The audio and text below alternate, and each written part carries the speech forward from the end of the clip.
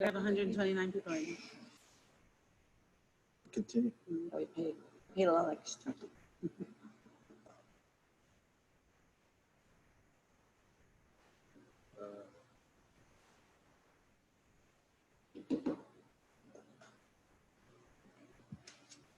All right. Okay, is everybody set? Yes. Yes. Yes. Yes. Before we begin, just a reminder that the meeting will be recorded via the Zoom platform and all comments and discussions transcribed. This meeting is also being live streamed on the district YouTube channel, Huntington Public Schools. Mrs. Bernacki. Call to order the public meeting of July 29th, 2020 of the Board of Education. Do you want me to do that again? Just do it into the microphone. Okay. Calling to order the public meeting of July 29th, 2020. We have the board and certain administrators in person at Jack Abrams. So for those present, the emergency evacuation procedures are know your exits. Pledge of And Allegiance. this is a no smoking building. Pledge of Allegiance. I'm getting that. Okay. Oh, sorry, I skipped. Please rise to the Pledge of Allegiance. Sorry, I thought that was all part of the I pledge allegiance to the flag of the United States of America and to the republic for which it stands, one nation, under God, indivisible, with liberty and justice for all. Sorry, skipped ahead to the evacuation procedure, so we're done with that. And we have our first public commentary. I'm going to move this closer. So for public commentary, please raise your virtual hands. We only have one item for discussion and action today. So the first comments will please be focused on the reopening plan. You have 3 minutes if you are a resident, a employee, or community a member of our district. Please identify yourself and your affiliation with the district before you speak. Mr. Plansky will look through to see if there are raised hands. Okay, and just a reminder that if anyone has not yet determined what those comments might be, there will be another public commentary after the presentation, so you're welcome to hold till then. I'm just going to scroll down. I forgot to open the meeting. Xavier just reminded me. Could I have a motion to open the meeting, please? Motion. Tom, and a second? Second. Bill? All in favor? Aye. Thank you. Okay, we've been through the pledge, we've been through the evacuation procedures, public commentary. I'm scrolling down.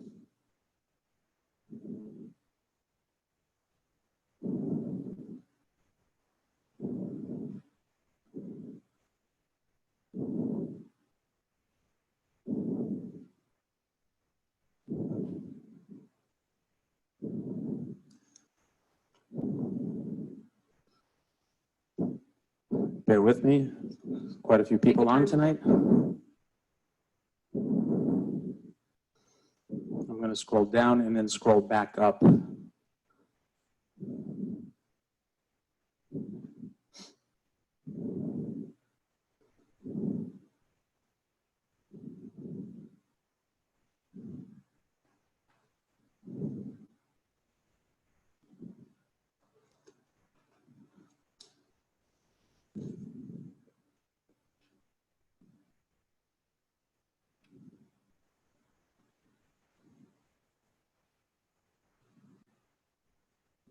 Okay.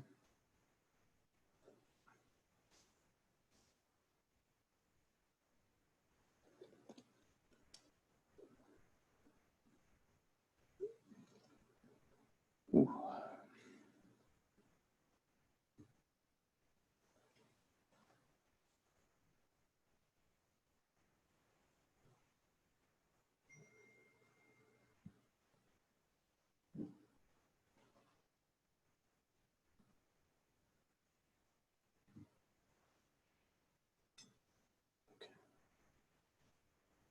Let's slide this aside here. Yep.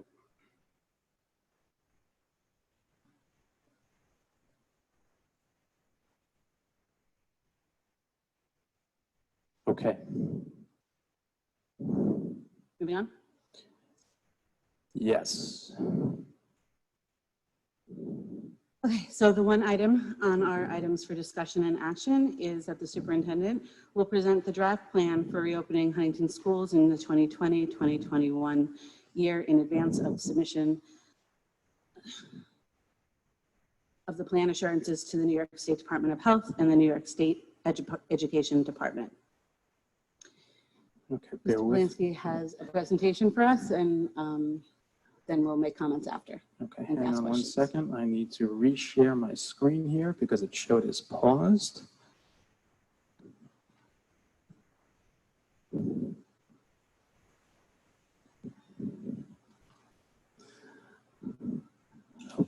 Okay. So the goal tonight is to provide an overview and to share some of the aspects of the plan. Just to give you a little bit of insight here in terms of process, I will say that for many of us, it has been one long day since March 13th, and there have been a lot of people that have participated in a process that brings us to this evening. I don't believe that there is any school district in this nation right now that can put together a plan that is going to be absolutely perfect for every circumstance and every situation. I will tell you that I'd like to throw out a thank you to all of the individuals in our district and community who participated in this process for the past, I'll say 2 months or thereabouts, to bring us to where we are today. I'll add that the plan itself was developed with 2 overarching core guiding principles, and that is safety and flexibility. The process that we have been engaged in, as per both the Department of Health and the State Education Department, has been designed such that changes can be made in response to changing circumstances and conditions both in and outside of individual school districts, regionally, in the state, across the country. So this is a living, breathing process.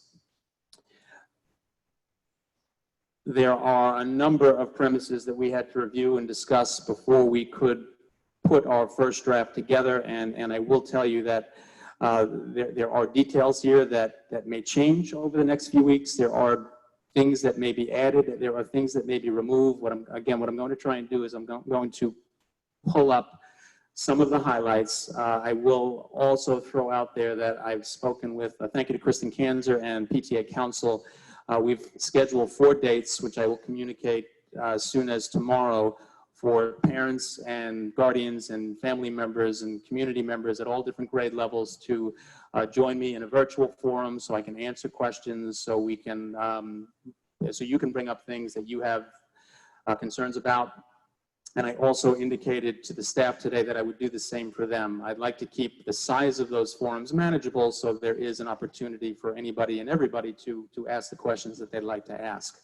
So at this point, I have 4 dates scheduled, and they're going to actually appear in the plan, but just to give you some insight, 1 for the primary level, 1 for the intermediate level, 1 for the middle school, 1 for the high school, and I will set up as many staff meetings as needed. If I need to schedule more, I will do that. I'd like everybody to have as much insight as possible before the school year begins, so the expectations on the part of the school district and on the part of the home is that they're all clear and understood, because this is going to be a collaborative effort. And again, the effort that went into designing this plan, we're interested in feedback, but understand that there are things here that may not match exactly between one district and the next. Everybody is adopting a similar approach in some respects, and there may be some variations locally and across the county and Long Island. So with that said, is there any other lead-in comment that you can think of that I didn't make? I did. Again, there were a group of instructional subcommittees, a group of non-instructional subcommittees.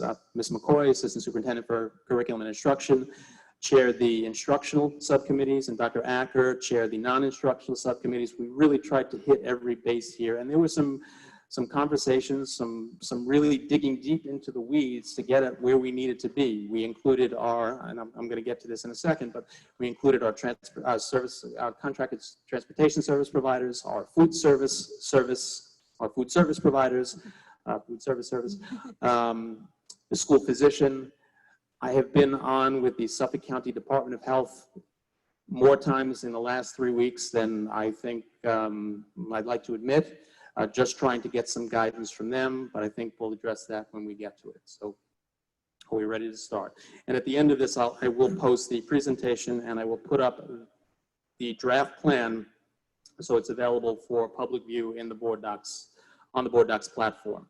And again, living, breathing document, things may morph as situations change. Can I say one thing before you start? Yes. I just wanted to say, I just want everyone to resist the temptation to compare what's being presented tonight with what's being compared at neighboring districts. Really, comparing districts is like comparing apples to oranges. We have a unique set of circumstances here. We have a set footprint of buildings and space, and this was all done with those things in mind. So at this point, I'm going to go through the plan. We can do it in one of two ways. You can either stop me and ask questions as we go along, which may be easier considering we're going to go section by section, or I can go through it and you can jot down questions. I think it may be easier on the board's part to just stop me. You want to do it at the end of each section? We can do it at the end of each slide because it's, okay. All right, so just to give you an overview of the sections that are included in the plan, it is at this point a 41-page document and growing. Contributors, curriculum and instruction, those are the learning models that we will be adopting come September. Social and emotional well-being, a very important piece for us, for any school district for that matter. Facilities, PPE, personal protective equipment, health and safety, nutrition, transportation, students with disabilities, bilingual education and English language learners, and then we get to the extracurriculars, which includes athletics, field trips as well, family and community engagement, and some of our important personnel that will serve as coordinators / points of contact. And I thought it would be a good place to start. We sent out 2 surveys, and I would like to thank the community for their responses. The first survey, I actually don't have the total number in front of me, but it was probably approaching 1,800 by the time it was said and done. And then the second survey, which asked more specifically about learning model preferences, among other things, just under 1,700 respondents there. And as you can see, what we tried to do is get those who were interested in sharing a preference to take a look, and if you had a choice, what would it be? Would it be all in school with safety conditions in place, safety precautions in place? Would it be a hybrid model, some in, some out? Or would it be fully remote? And you can see the outcomes there. I'm sure some people may have responded to more than one, but you'll see a fairly even distribution in the first 2 areas, and there is a solid core of families that at the point that they completed the survey were interested in, regardless of where we stood, to stay at home and participate in the full distance learning model. So at this point, I did share with the community and shared with the staff and the board that the full in-school model is, in most cases, we're not going to start with that in phase 1. I'm going to try and do this as concisely and as straightforwardly as possible. I mentioned before that the 2 concepts we tried to abide by or adhere to throughout this process, safety and flexibility. And obviously the education, the quality of education for all of our students is a primary concern as well. But basic order needs were considered at the forefront. We're going to start with a hybrid model, which includes cohorts. I did pull an article for the board in this week's update that does, I mean, it's a simple concept, but it's not as simple as it may seem. The idea is to keep smaller groups of students together so that they can become more comfortable and health safe around each other. They'd be traveling to and they'd be moving into school and out of school together on assigned days. We are building cohorts at each level. They are Alpha household last name based. We will coordinate those cohorts for families. So if there is a child at the high school attending on a given day, we want to make sure that a younger sibling at another school is also in school or out of school on the same day where possible. we tried to find ways to bring in as many of our, I'm going to say, high needs groups on an everyday basis. Unfortunately, our facilities are not in a place where we can go too far with this. Right now, we are planning to bring back our kindergartners in an alternate learning space on an everyday basis, as well as our special class students, 15-1-1, 12-1, 3-1. And they are actually in small class sizes every day anyway, so it does make sense in that respect. It doesn't really impact us in terms of changing our format or our facility schematics. We also tried to consider this as an overtime process. So I'm not sure how many districts are doing this, but we do have 3 phases built into the return to school. And we're starting erring on the side of caution and building off that. So in phase 1, at the elementary level, and this is the 4 primary schools, Jack Abrams STEM and Woodhull, aside from kindergarten, which would be on an everyday basis. And the kindergartners will not necessarily be in a kindergarten classroom. They may be in a redesigned alternate space like a gymnasium where we can spread the desks out a little more, but our kindergarten class sizes are generally a little bit smaller to begin with, so it does give us that opportunity. At the elementary level, grades 1 through 6, there would, for all intents and purposes, be 2 cohorts. Each cohort would be assigned either a Tuesday, Wednesday, or a Thursday, Friday in school, and would be learning remotely from a distance on the other 2 consecutive days. Mondays would be alternating.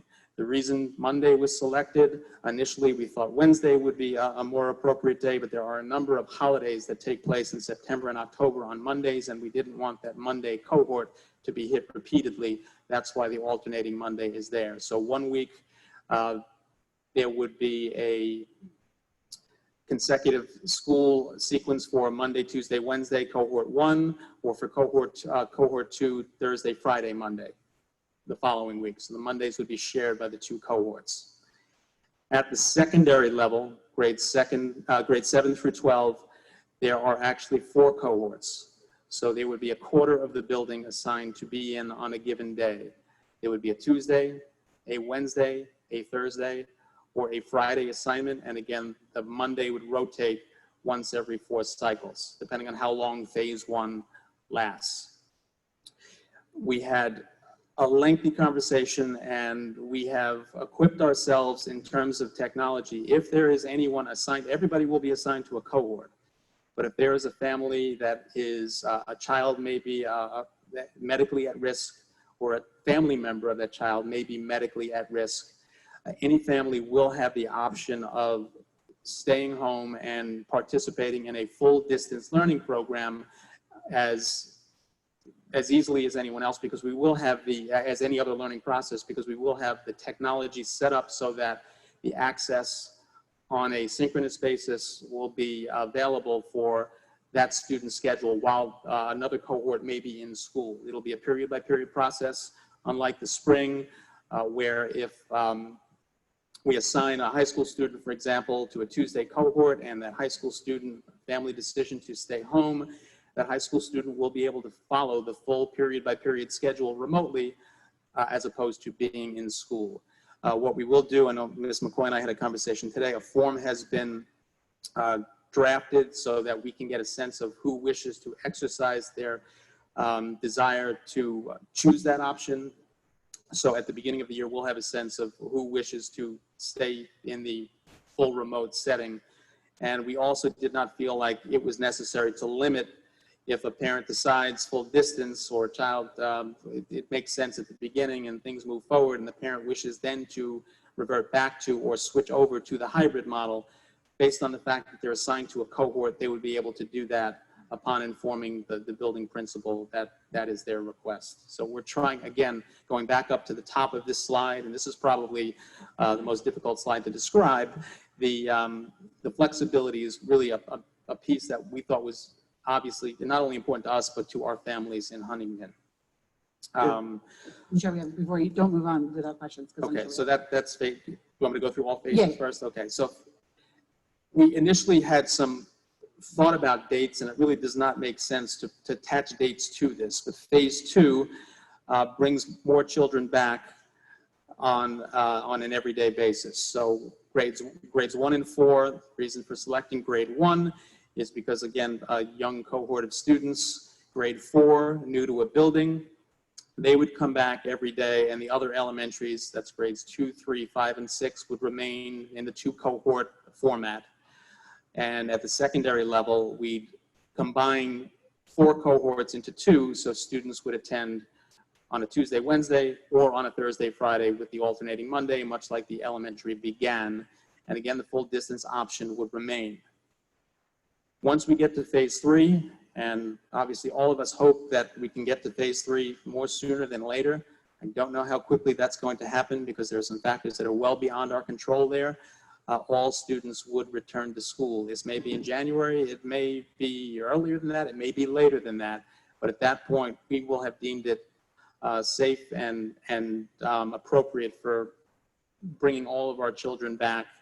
And at that point, it would probably be a situation where we would no longer need a distance learning option. So the timing of these phases is a question, and it's one that can't be answered right now because it is going to depend on at least some circumstances that exist beyond the borders of the Huntington Union Free School District. Right, but can you talk about what kinds of things you'd be looking at? A couple of things. We'd be looking at, number one, the governor a couple of weeks ago defined metrics that dictate in general what a region. I'll also mention that next week, at some point next week, the governor is going to make a determination as to whether or not schools reopen at all. And he did mention that as long as a region was under 5% positive test rate, that the reopening would in fact occur. Now, the region could be at a 1.2% positive test rate, but we may have something happening in the Huntington School District, God willing, not going to be, or anywhere for that matter. But if we deem, just because around us it's low, if there's something happening here, we do have the flexibility to take the conservative approach and flip to, we can go to a school being closed if needed, we can go to a district being closed as needed, and it would be, if there's an awful silver lining here, we will have the ability to switch between remote and in-school a lot more easily than we did on March 13th when this had to be really formatted overnight. So outside factors, or it could be in-district factors. We're going to be watching what goes on in Huntington, what goes on in Suffolk County and surrounding districts, what goes on Long Island, what goes on in New York State, what goes on across the country. Obviously, a lot of people are hanging their hat at this point on timing for a vaccine. That may change the playing field. As of now, that's not going to factor into any reopening decision, but we're going to look at a lot of factors. The other piece, as we move through this, a number of the measures we put in place, and another reason for starting conservatively, and then I'm saying conservatively as compared to maybe some of what you hear from other districts, we want to make sure that our processes are implemented with fidelity.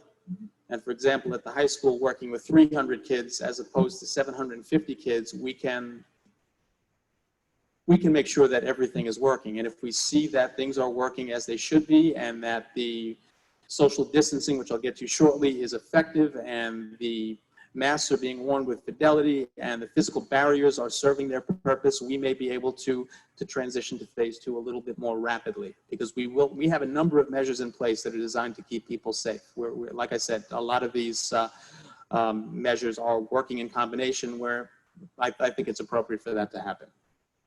So there's a possibility that phase 2 could move just in the secondary. We could move to phase 2 in the secondary and not in the elementary, or vice versa, or? Possibly.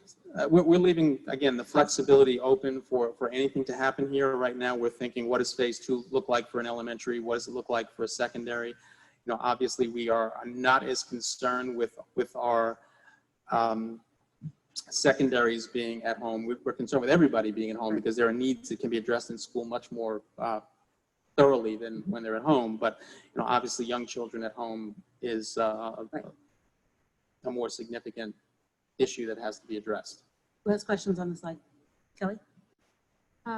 Is there specific reasoning for why? You can make sure you speak into the microphone. Speaking to the mic and slowly. Okay. Is there specific reasoning for bringing back grades 1 and 4 only in phase 2? Because first, it's based on numbers, and again, making sure that we can do what we do with fidelity. Grade 1 being a relatively young cohort of students whose kindergarten year was cut off by the pandemic, and grade 4 being new to their buildings. Thanks. Tom? Jim? Yes. Kindergarten doesn't have the option to be full distance, correct? They do. They do, okay. Yep. It just didn't appear that way here. So that, That's a good question, the way the slide is prepared. If a kindergarten student would like to stay home remotely and parents are comfortable with that, we will provide them with that option as well. okay, thank you. I didn't hear your full question, Christine, but was it the metrics and the timing to move from 1 to 2? Is that your question? That was my question. I wasn't sure. Yeah. Things went really well. We could transition from phase 1 to 2 in a week. If things don't go well, in and out, it could take a lot longer than that. So we did want to attach a date to this. It's going to be based on a number of factors. Go ahead, X. And when you say things go well, what factors specifically are you looking for? What factors are you looking at? In terms of phase 1 to phase 2, Right. we would look at the percentage of positive cases in our school district, in our school community. We would look at any incidents that may or may not be happening within our schools or among our school families. We would also be looking at the things that are going on around our school district, the Long Island metric. I believe the governor indicated that if you start open at less than 5% in the region is Long Island, and then you reach a level where positive test cases hit 9% or higher, schools would shut down. We could be in a circumstance here that's different than what Long Island is experiencing as a whole, and obviously 9% plus, everybody shuts down. But if the region is at 7%, and we believe that there are issues here, and there are ways that we're going to detect those issues, we could shut down. We could shut down before that because it's necessary to keep people safe. Jim, also, you indicated that there's families that are going to choose to educate from home, and some people are just going to be home because of the cohorts that they fall into. Are students going to be able to ask questions when they're at home through the live stream? So there will be some accommodations that have to be made. Obviously, if a teacher is focused on a group of students in front of them in a classroom, there may be a process set up by that teacher not to move back and forth between the smartboard and the students that they are currently working with in person and address those questions after the fact. And also they'll be in a day or two in person to address as well. But there will be, I'm going to get to the attendance piece, they will try to address what they can as soon after the fact as possible, or during if possible. There are teachers that are going to be more apt, depending on the activity that they're participating in, to take a look. But the teacher in the classroom is going to be focused more so on the children learning in front of him or her, and will address the students at home either synchronously or asynchronously.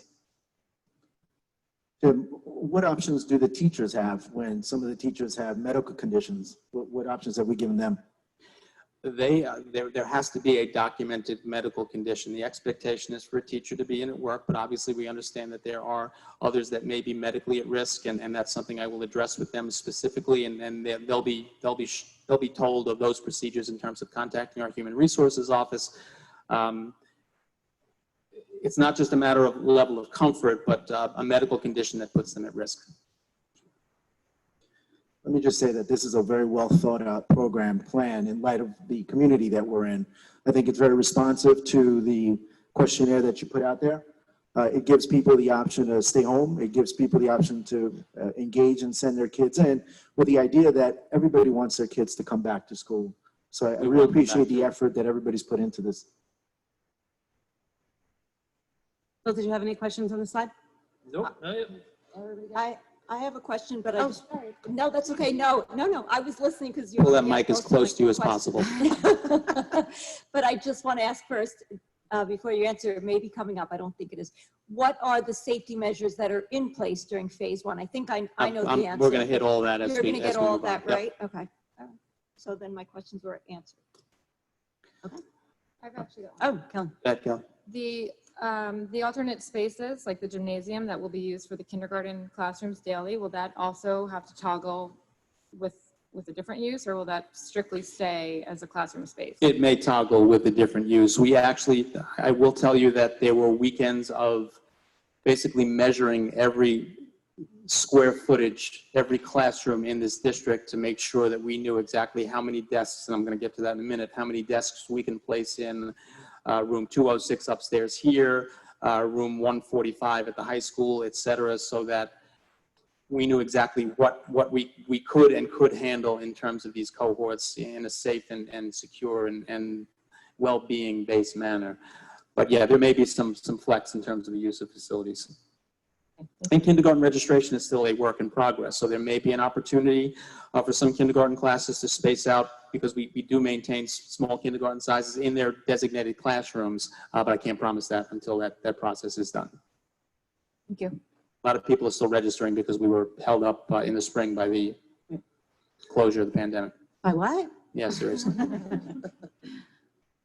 Okay, and I think this is the slide that would take the most time. There is, in the plan itself, Appendix A goes through this in a period by period fashion, and it basically outlines exactly what this would look like. In Appendix A, there is also, if there is, the schedule will look, the schedule is fairly well aligned with what the school schedule would look like in person right now. If the district were to at any point go to a full remote learning model because of a full district closure, the schedule, the timing would change a little bit, and that's also in the appendix of the plan in that learning model description. So again, these are highlights, and it was very difficult to actually glean from the plan what to put in these slides, because every time I put something in, I just felt the need to put something else in, but understand that you can follow up as we move on. You'll see what I'm talking about. So Just to clarify what you just said, the full distance option schedule if is just, everybody is Yes. at home, but I'm not saying it those would who still be select period it. by period. It would be period by period, but it may start a little bit Right. later. So we may truncate a little bit, Mhm. but as opposed, it's a good question, Christine, as opposed to the spring at the secondary level, for example, where there was an hour per subject and then asynchronous time after. No, the schedule is now built in a period by period fashion, and attendance will be taken each period. I'll speak for a high school student, each period, each different course that they're taking, and I'll speak to attendance in a minute. Okay. Okay. Just a little more insight with respect to the survey. I did not take all the survey responses and throw them in here, but this obviously is telling that most people really value the interactive, live teacher-student, synchronous learning, instructional learning time, and it does make sense. You can't replace that face-to-face time between student-teacher and student-student, and we are obviously cognizant of that, and we're going to do the best we can to make sure that that is not lost. I think I can. And especially because we're starting at the beginning of a year where everyone's having new teachers. Last year, when they went home, they knew for the most part, knew their teachers. So it was a little bit, there was already a relationship. Absolutely, and I'm going to speak to that in a minute as well, but also understanding what our children and our families have been through, we need to start the year a little bit differently than we would start any other year. Okay? This was interesting. We also asked in the last survey what is the number of hours that you prefer in terms of live interactive time in a, for example, 6-hour school day. Wasn't as skewed as I thought it was going to be, but 2 or 3 hours are the, I'm not going to say clear winners here, but those are the highest survey response totals. There was not, I will tell you, there was nothing in either survey that really shocked me. I think everything was almost as expected, and it is a representative sample. The second survey did require that a parent attach a child's name to it, because it gave us a sense of, I wanted these to be real responses, and there was no commitment there. We will ask shortly who prefers that full-time distance option, and we certainly encourage parents to take advantage of that. But there are 1,692 children out of 4,500 plus represented in this survey, so it probably is close to a representative sample.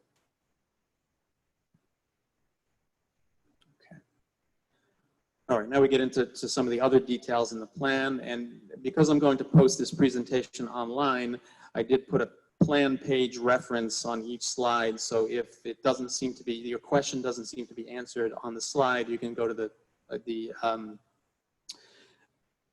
associated page in the plan document itself. So one of the things I heard, one of the things that I've done over the summer is I've met with rising seniors. The meetings have not been as frequent this summer. Obviously, I also gave students the option of waiting until we can do it in an in-person manner, and a lot of them are on a list for that.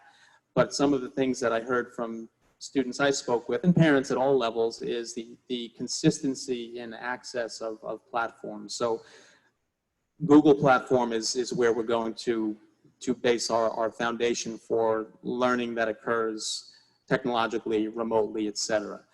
Students at home, as I mentioned before, will have access to the classes that are occurring in school. It'll be synchronous, and that may be a challenge for some in terms of, you got to be there. But there will be some flexibility built in there as well. I'll speak to that in a minute. Chromebooks, all of our, I'm going to say our current, thinking 2021, grade 1 through 12 students, and now I'm referring to grade 12 as last year's, not the graduated class, but the class that will be graduating in 21. The vast majority of these students have devices at home already. So we are obviously banking on their using the devices they have. If there is a need for, and actually I can do this in piecemeal fashion here, but if there is a need for replacement or repair, we will take care of that. Similar to the spring, there will be an email address as well as a phone number to call if there is a repair needed, and we will get it to you as promptly as possible. And I think that worked relatively well. When somebody called and needed something, we were able to get it to them within days at most, but we're going to try and do as quick a shift as possible to get students what they need. So K through 3, understanding our youngest learners may have difficulty bringing devices to and from. There are actually 2 devices, one they will keep at home and one that will be available for them, assigned to them specifically at school, no sharing of devices. Students in grades 4 through 12 will need to bring the devices back and forth. We will obviously assign devices to kindergarten students, and we're going to try and do that as promptly as possible before the year even begins, and that would apply to new registrants to the district as well. I know we have a group of those, and I mentioned the repair replacement process. Data security and privacy remains a priority as it was in the spring, as it is all the time. We do have a chief data privacy officer assigned. That is a state requirement. But anything we do in terms of information being available to anybody outside of our network, not the case. And our Google network is contained. So people can't get in from the outside. And we know what everybody is. We know what everybody is doing. So there's a student ID and a name attached to each device, and it just allows for us to troubleshoot as comprehensively and as quickly as possible. Speaking of privacy, there won't be a requirement that during synchronous learning that they will put their camera on the students? The camera will actually be attached to the smart board. I mean, the camera in their Chromebook at their home, facing them.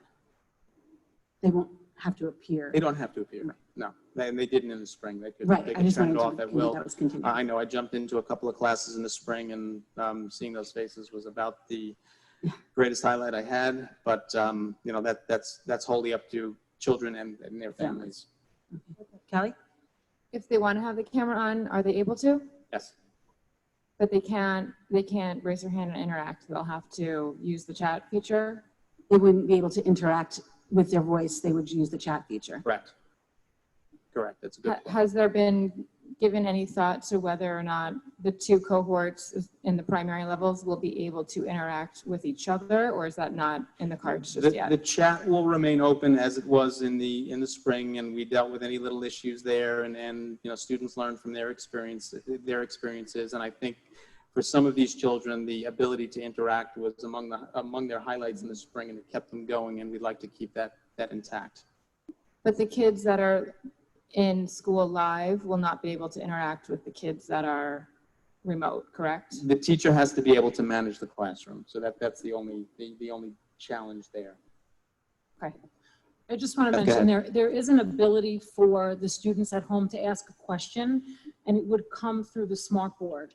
But as teachers are acclimating to this new environment, we discussed perhaps having the video off at the beginning, perhaps audio off to start the management process. And then if it continues, to then allow for the audio so kids could actually ask a question and have it come through the smart board in the classroom rather than using a chat feature.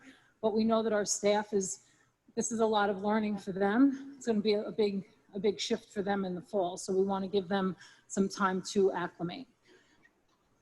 Ms. McCoy just reminded me of something else, and that's a great point, and thank you for asking that question, Kelly. We've also been talking about adjusting the beginning of the school year just to a certain degree to allow teachers some consecutive time to work through some of the challenges and work with each other, which is a piece that they didn't have the ability to do in person in the spring. So we have on the table, and I do need to have some additional conversations before we make a final decision here, but possibly delaying the start date from Tuesday to potentially Wednesday for children, and maybe working in an additional conference day or two so that teachers have some additional time at the beginning of the year to work through some of these challenges. And our goal is to give them the ability to do what they are so capable of doing with fidelity.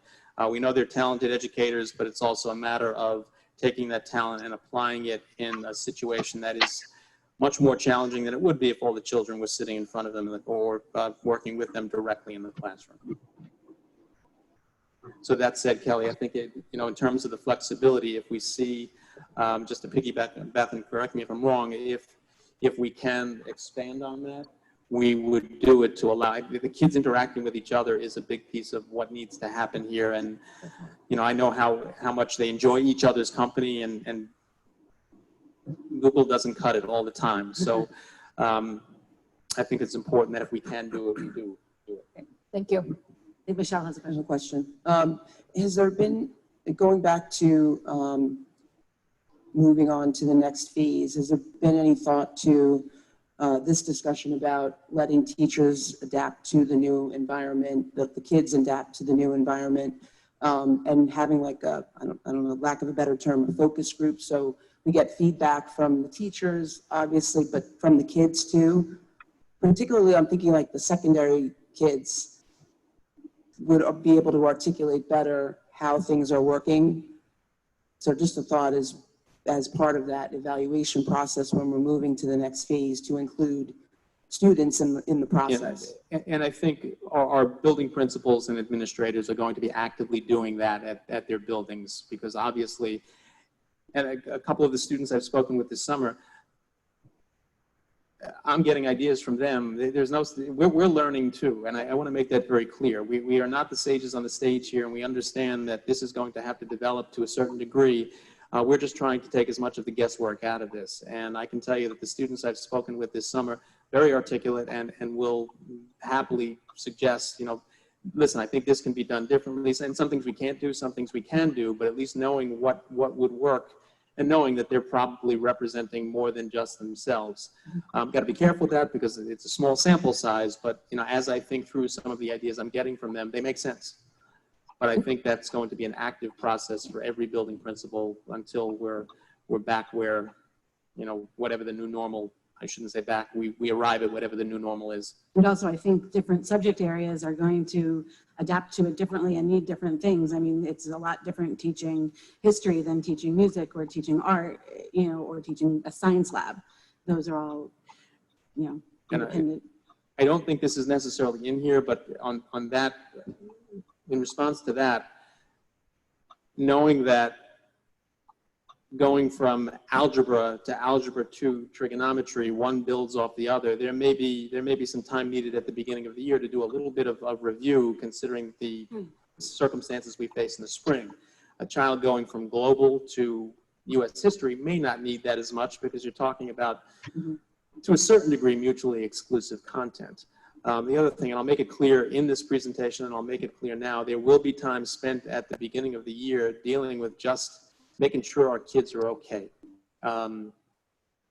trauma responsive practices, just, you know, just a conversation with the teacher to get these kids back into, not everybody is in as good a shape right now as everybody else. And we're going to need to spend some time at the beginning of the year just making sure that, you know, we're ready to move into the content as opposed to addressing some of the basic order human needs that have been missed out upon over the past couple of months. And I will address it again when I get to social and emotional, but I want to make it clear that our commitment is, you know, we're not going to be locked into anything so that, you know, we can't address those needs as best as we can. And to emphasize the flexibility with the kids also, that we're going to try to make their year, whatever year they're in, that they were expecting this to happen in this year, and that, you know, that we're going to do our best to make sure that the expectations are met to the extent possible.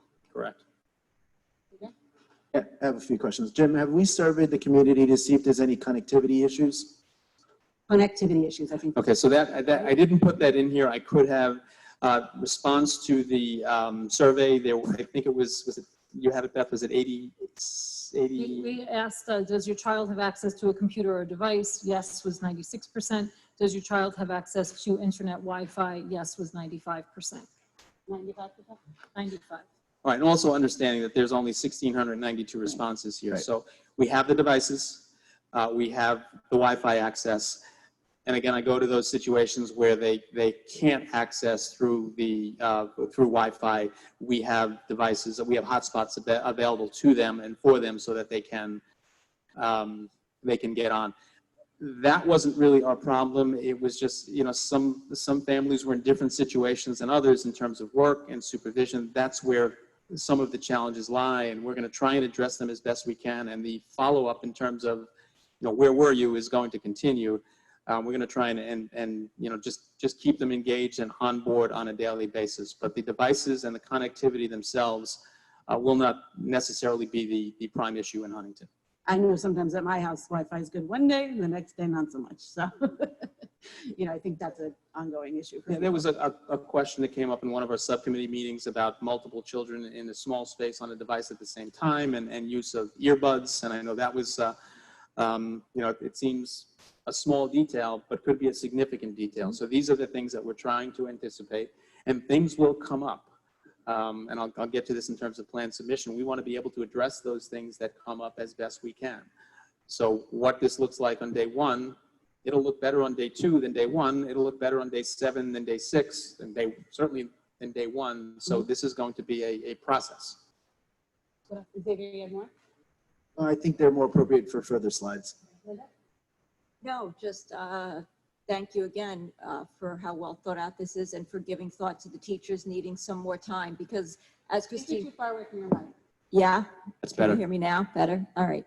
No, I was just saying thank you again for all the time that you put into this, and all the thought, and the thought even given to the teachers needing some more time to work together, because as Christine pointed out, teaching social studies very different from teaching art, very different.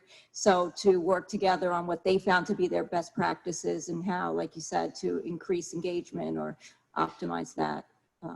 It's a good time to bring up the state actually they've already waived we've had to submit calendars to the minute over the past couple of years.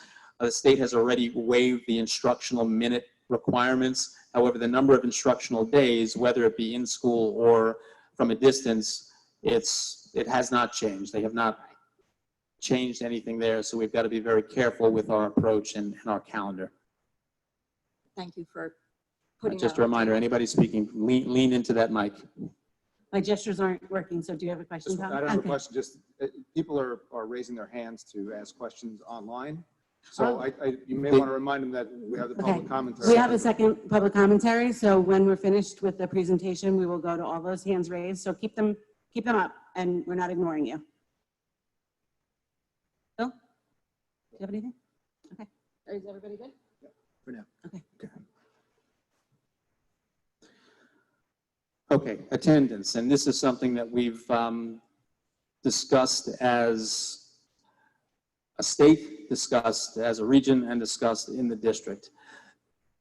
Attendance is going to be a different process than it has been in the past. It's not just about showing up in a classroom. It's got to be adjusted so that it's based on presence both either in school or engagement remotely. And I need to make it clear that, and I'm going to get to this, I put it here so I can re-emphasize it later on. If a symptom arises, you need to stay home, whether it be a student, a staff member, if a family member has a symptom that's of concern.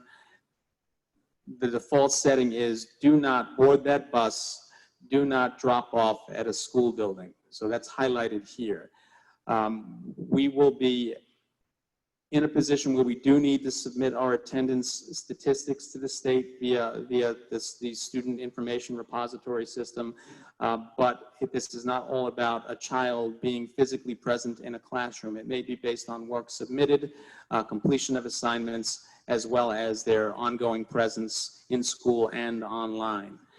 We also had the conversation, I know in the past, it's been a great celebration at our primary levels when students are in school and those perfect attendance awards. There will be no such thing indefinitely. When we get back to whatever that new normal is and we decide that it's appropriate to bring them back, so be it. But for now, there is no award for pushing yourself to get to school when you're not feeling well or when something's going on at home. You do have the ability on an in-school day, there's an issue, you can set yourself up remotely. We want kids in school as often as we have them set up to be in school, but if Mr. Palacios can't make it to school on the Tuesday he's assigned because something's going on, but he can log on remotely, he has that option to do so, and his attendance would be recorded as present. So I'm just trying to, again, emphasize the flexibility that we've built into this system. And school attendance counts equally with remote attendance. Correct. Quick question. Sure. If somebody wants to keep their child home, not necessarily for strictly medical reasons or symptomatic reasons, are they able to do so if they're just not feeling comfortable with it on any I don't know why I'm given not day? hearing. Okay, so Kelly's asking if someone wants to keep their child home, not based on a symptom or an illness, but just whatever They're feeling not that feeling day or comfortable or- thinking that their child needs to be home, that's legitimate. That's the point of this plan. We're not asking parents for reasons why they want to keep their children home. There are parents who are, listen, I don't have to tell you this, there is a spectrum of beliefs here, and I am not going to criticize or evaluate.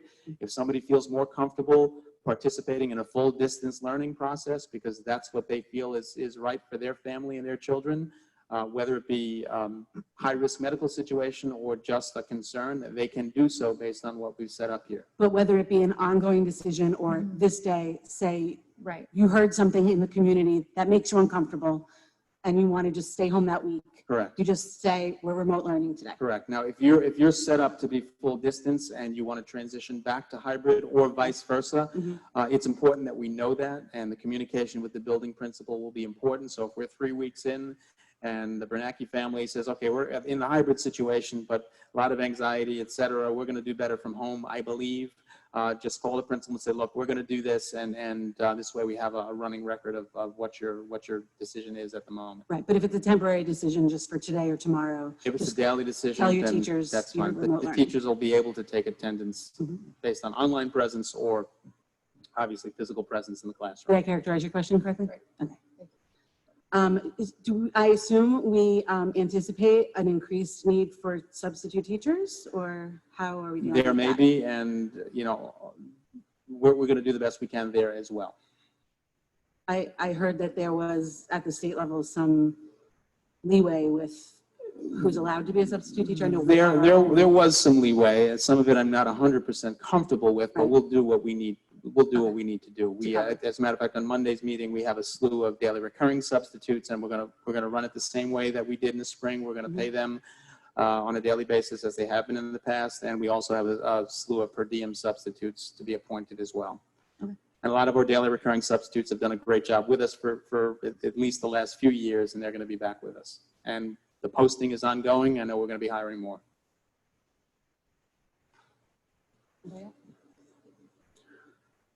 Okay, next. Very quickly, the UPK Universal Pre-Kindergarten Program is going to continue.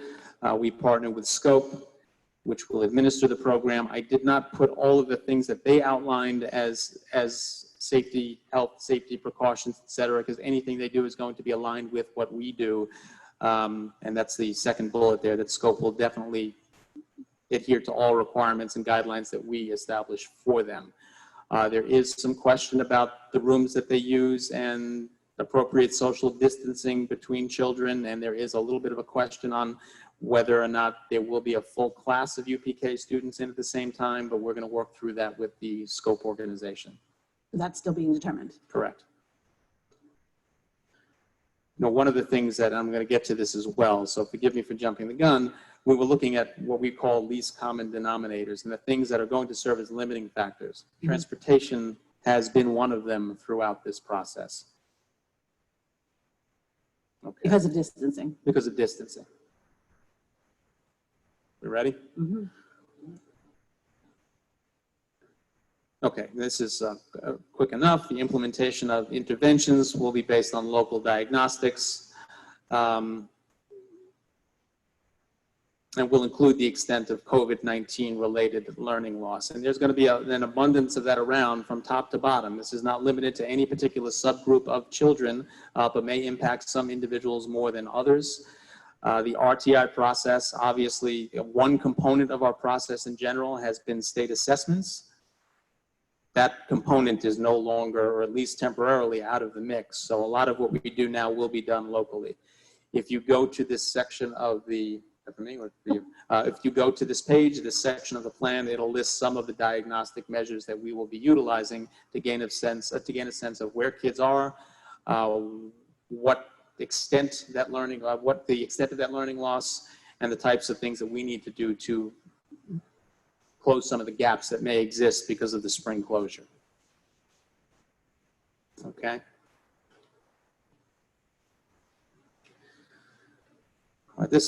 We included this slide because we figured it would be if we didn't address it, it would be a question that was floating out there almost immediately.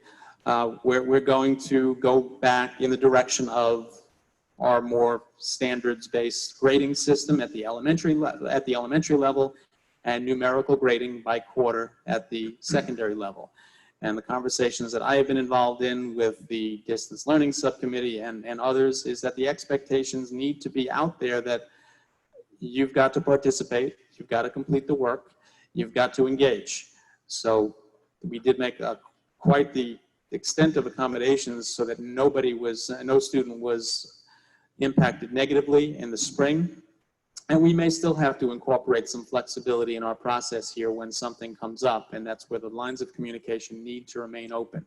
We don't want anything to be so incredibly rigid that a student is penalized for a circumstance that they cannot control in any way, shape, or form. But in general, we are going to go back to what people have been accustomed to for years before, months and years before the March 13th closure. Mhm. We had a conversation about testing and other evaluations in a staggered schedule. I've had that question from people, if we're on hybrid, how would that work? And I'll echo what you told me already, and you can tell me if it's changed, but that will be, the principals will figure out how to, and the teachers will, how to administer tests Correct. to the kids when some are home and some are in school.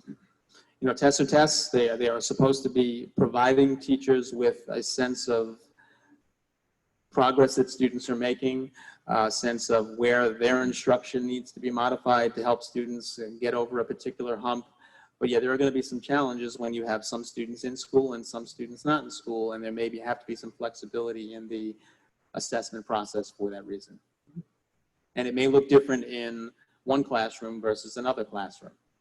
And I will say there may be, going back to the schedule, there may be some special areas where it's not necessarily possible to be synchronous all the time. So, you know, we're focusing on the cores, but I also, you know, somebody had communicated with me today that they had heard that there were programs that were not going to be occurring in the fall. Well, maybe, and I can tell you right now, not that it's part of today's meeting, but NISMA has already canceled its all-state and major festivals. The New York State Field Band Conference, and I hope I'm not jumping the gun. It was public, it's public. Okay, the New York State Field Band Conference has canceled the competitive marching band season. The arts have always been alive and well in Huntington. They mean a great deal to these kids, and we have to come up with alternatives to keep them engaged. I don't want our music program falling off because of things that are outside of our control. So the special areas, the things that we offer to students beyond math, science, social studies, and English, all important, world languages, et cetera, but there are things that kids really come to school for, and we want to see what we can do to keep those things as intact as possible. The plan is right now that all of those classes, the things you named, NISMA and marching band are not classes, Their activities. right, the classes in the arts, those are planned to run. The plan is to run. Correct. The ones that have been subscribed to by the That's correct. students. There's been no change, no drops of classes, aside from anything that may happen because of an enrollment decline beyond where we can run a class. But we may not be able to hold a full symphonic orchestra concert, but there are other things that we can do to keep kids playing their instruments. I'm going to get to some of the challenges there, but we're going to do our very best to keep kids interested and engaged, so our music program and other programs for that matter continue. Questions about grading?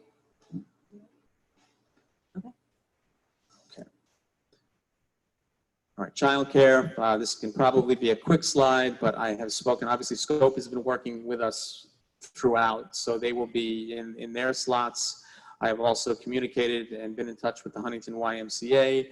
They will continue to provide their before and after care options, and it'll run through the individual school buildings as they have in the past.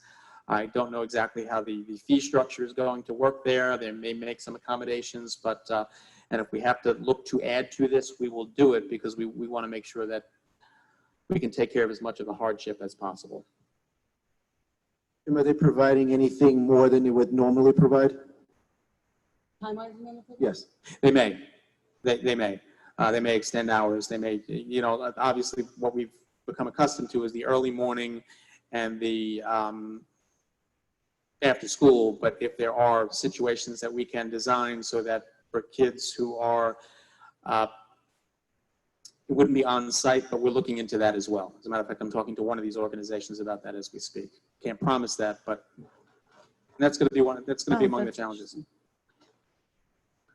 Obviously, you can't run the before and after care type programs when school is in session because it would take all the other safety precautions and put them aside. We're using those spaces. We're using those spaces is correct. Okay. All right, so the first section of this document is all about the curriculum and instructional learning models. And this is not in order of importance because there's nothing here that's not important, and any question can be asked in any context and can apply to any one of these sections. But this was a schematic that I thought was telling, and it just highlights the fact that we're not going to in any way, shape, or form ignore the social and emotional well-being of our students or our staff. And this gives you a sense of what we're trying to do. I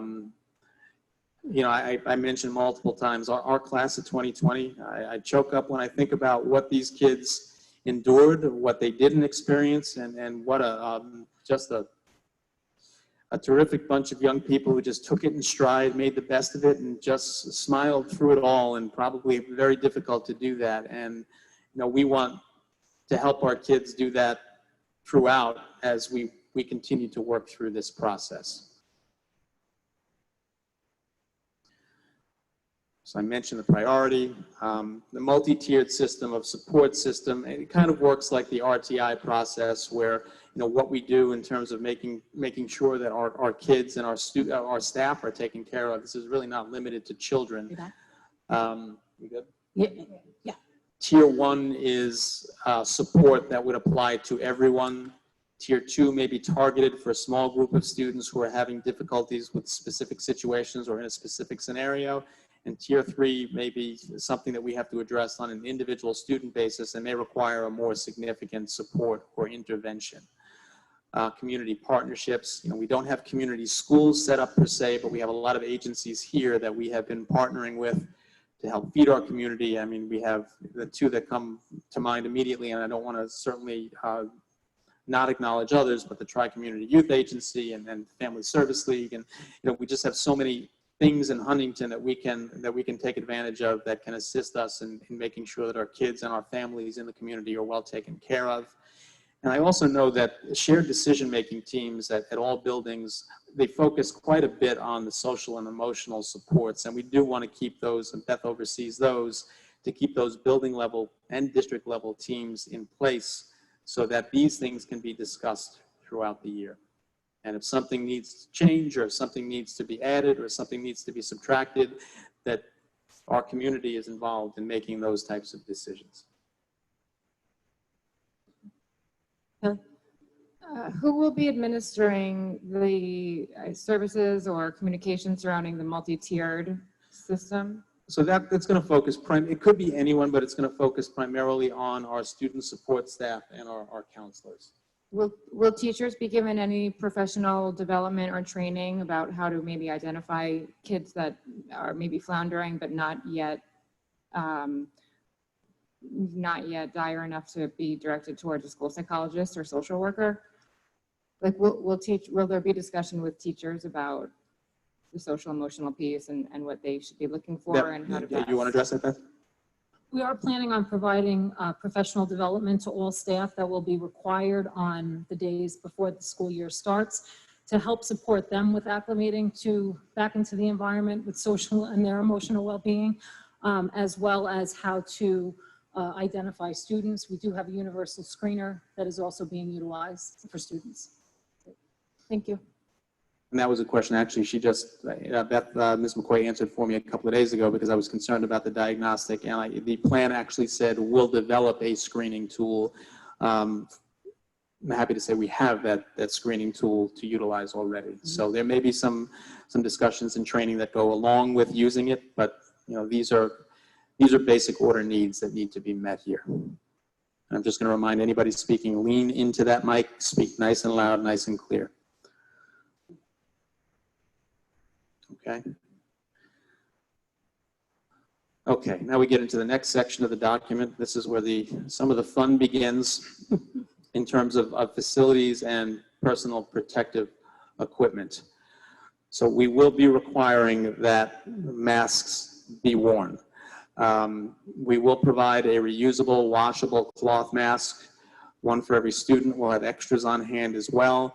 If a student or staff member wishes to wear a mask brought from home, that's fine as well, assuming it doesn't have things like profanities written across it, etc. They can wear surgical masks.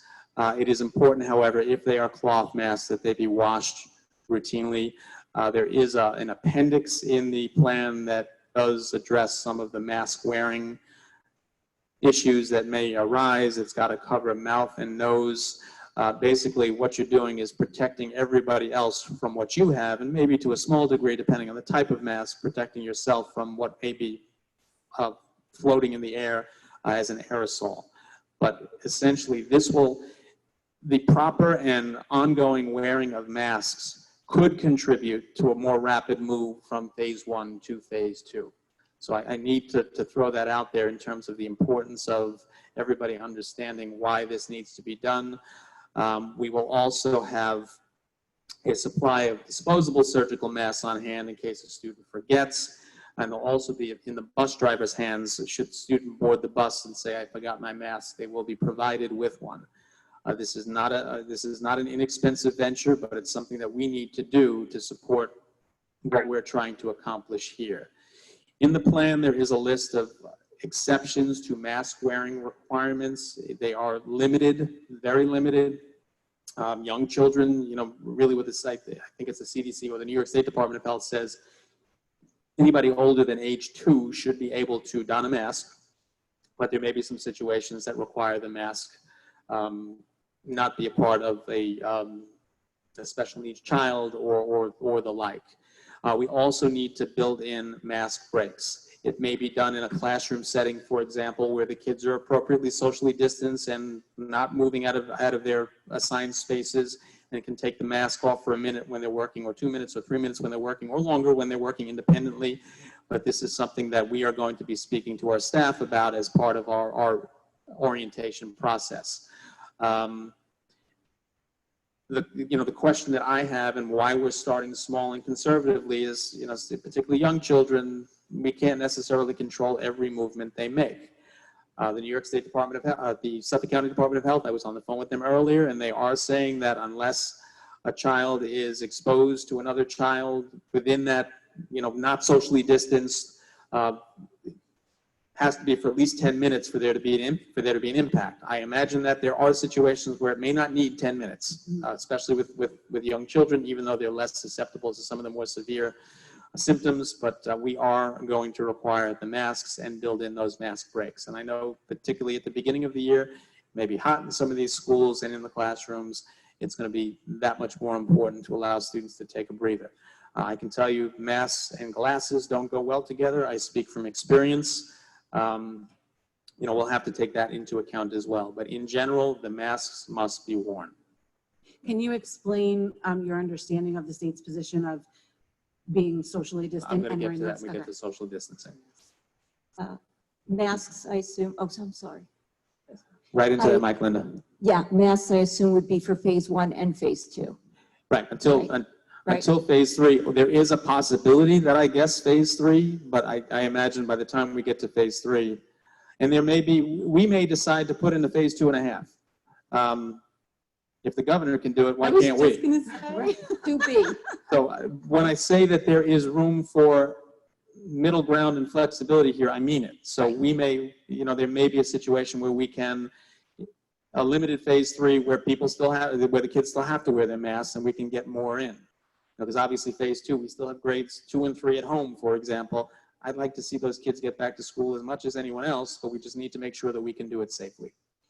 And resistance to mask wearing would be dealt with depending on the age and the school and by the principal and Correct. that way. And honestly, it'll change the social distancing requirements so that when one person doesn't wear a mask, it's going to impact everybody else. I mean, as far as it being treated similarly, I in my mind, to a dress code violation where maybe a parent would be called and. Yes, something but like that. you know, we're not looking at disciplinary consequences here. We've got to do this in a manner that helps children understand Yes. the importance of doing this and why we're doing it. You know, I won't call it there won't be need for restorative practice because there's not going to be any, we need to help everybody understand why this is important. And I will say, I've had the chance to visit the extended year program and we were anticipating some of those children having difficulty wearing the masks. They're not. There are ways to explain it and there are ways not to explain it, and we're going to do everything we can to do it the right way. I mean, when I walked in, the toughest thing that they had was staying in their boxes and not, you know, they're used to, it was tough for me as well because you want to just run over to these kids and give them a hug, but you can't, you know, we've got to understand why we're doing what we're doing and we have to help them understand it as well. So it's a good question. Okay. Cleaning, sanitizing. You know, I think we did a very good job of this. We have a very talented and, you know, organized buildings and grounds staff here. We've got to clean and sanitize routinely. We know that. Organized and extensive measures. They are outlined in the plan. I didn't want to bore to death. I can certainly take any questions, but all the learning spaces, the offices, the school buses, I have a lot of what I put in our plan related to transportation. I took directly from our contracted service provider, Huntington Coach. And in response to a suspected case, obviously we're going to do an intensive cleaning and disinfection. We're going to do that nightly anyway. But one of the things it just took me a bit to swallow in the Department of Health guidance was waiting 24 hours before disinfecting or sanitizing a space where a suspected or even confirmed case was in existence. And the reason for that is because I don't want my staff at risk in that space because there may be some active viral components in that area. I don't want to put them at risk. So we would have to cordon off that area until such time that it would be clean. So I want people to understand if it's not cleaned and sanitized right away in response, that's why.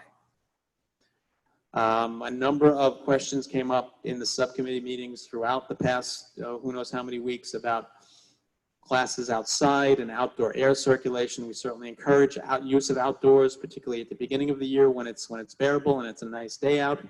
And you know, we've got a balance here. We've been so focused on safety and you know, almost sealing our buildings, and now we're talking about outdoor air circulation. We've got to find that happy medium here. Outdoor air in this situation is a good thing.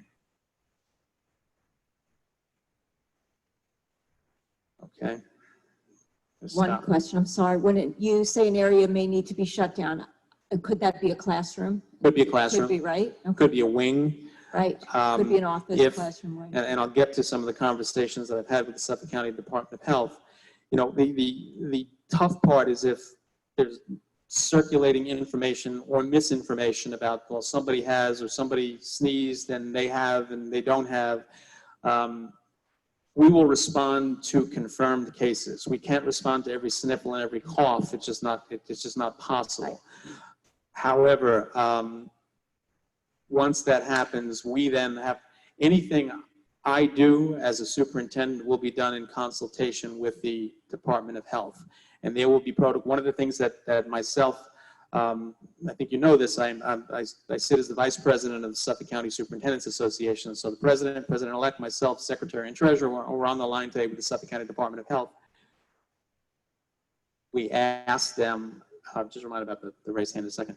We asked them specifically about guidelines in terms of what we do and what we don't do in response to suspected versus confirmed. And we may amend our plan to add more detail to that based on what we get from the Suffolk County Health Department. Okay. I addressed the raised hands. I said, we'll get to them. Okay. Keep them, I said, keep keeping your hands raised. Just write and down we'll your get to it. questions. Yeah. I'm sorry, my follow-up to that. So if a classroom is shut down, just for that 24-hour wait period and then clean. It may or may not require a 24-hour wait period. Right, may or may not. Do we have any classrooms available, or are we at 100% capacity? Well, if a classroom is shut down, to answer that question, I'm going to say in all likelihood, we will have directed those children in that classroom to quarantine. Right. So they're not going to be moving someplace else. They will be told to stay home. And I'm going to get to that in the plan as well. For if they're not showing symptoms, they may have to stay home for 14 days. So that, in all likelihood, they're going to run hand in hand. Okay. Back to cleaning. Yeah, go ahead. We, Lean right into that, Mike. I'm leaning into the mic. Let's eat it.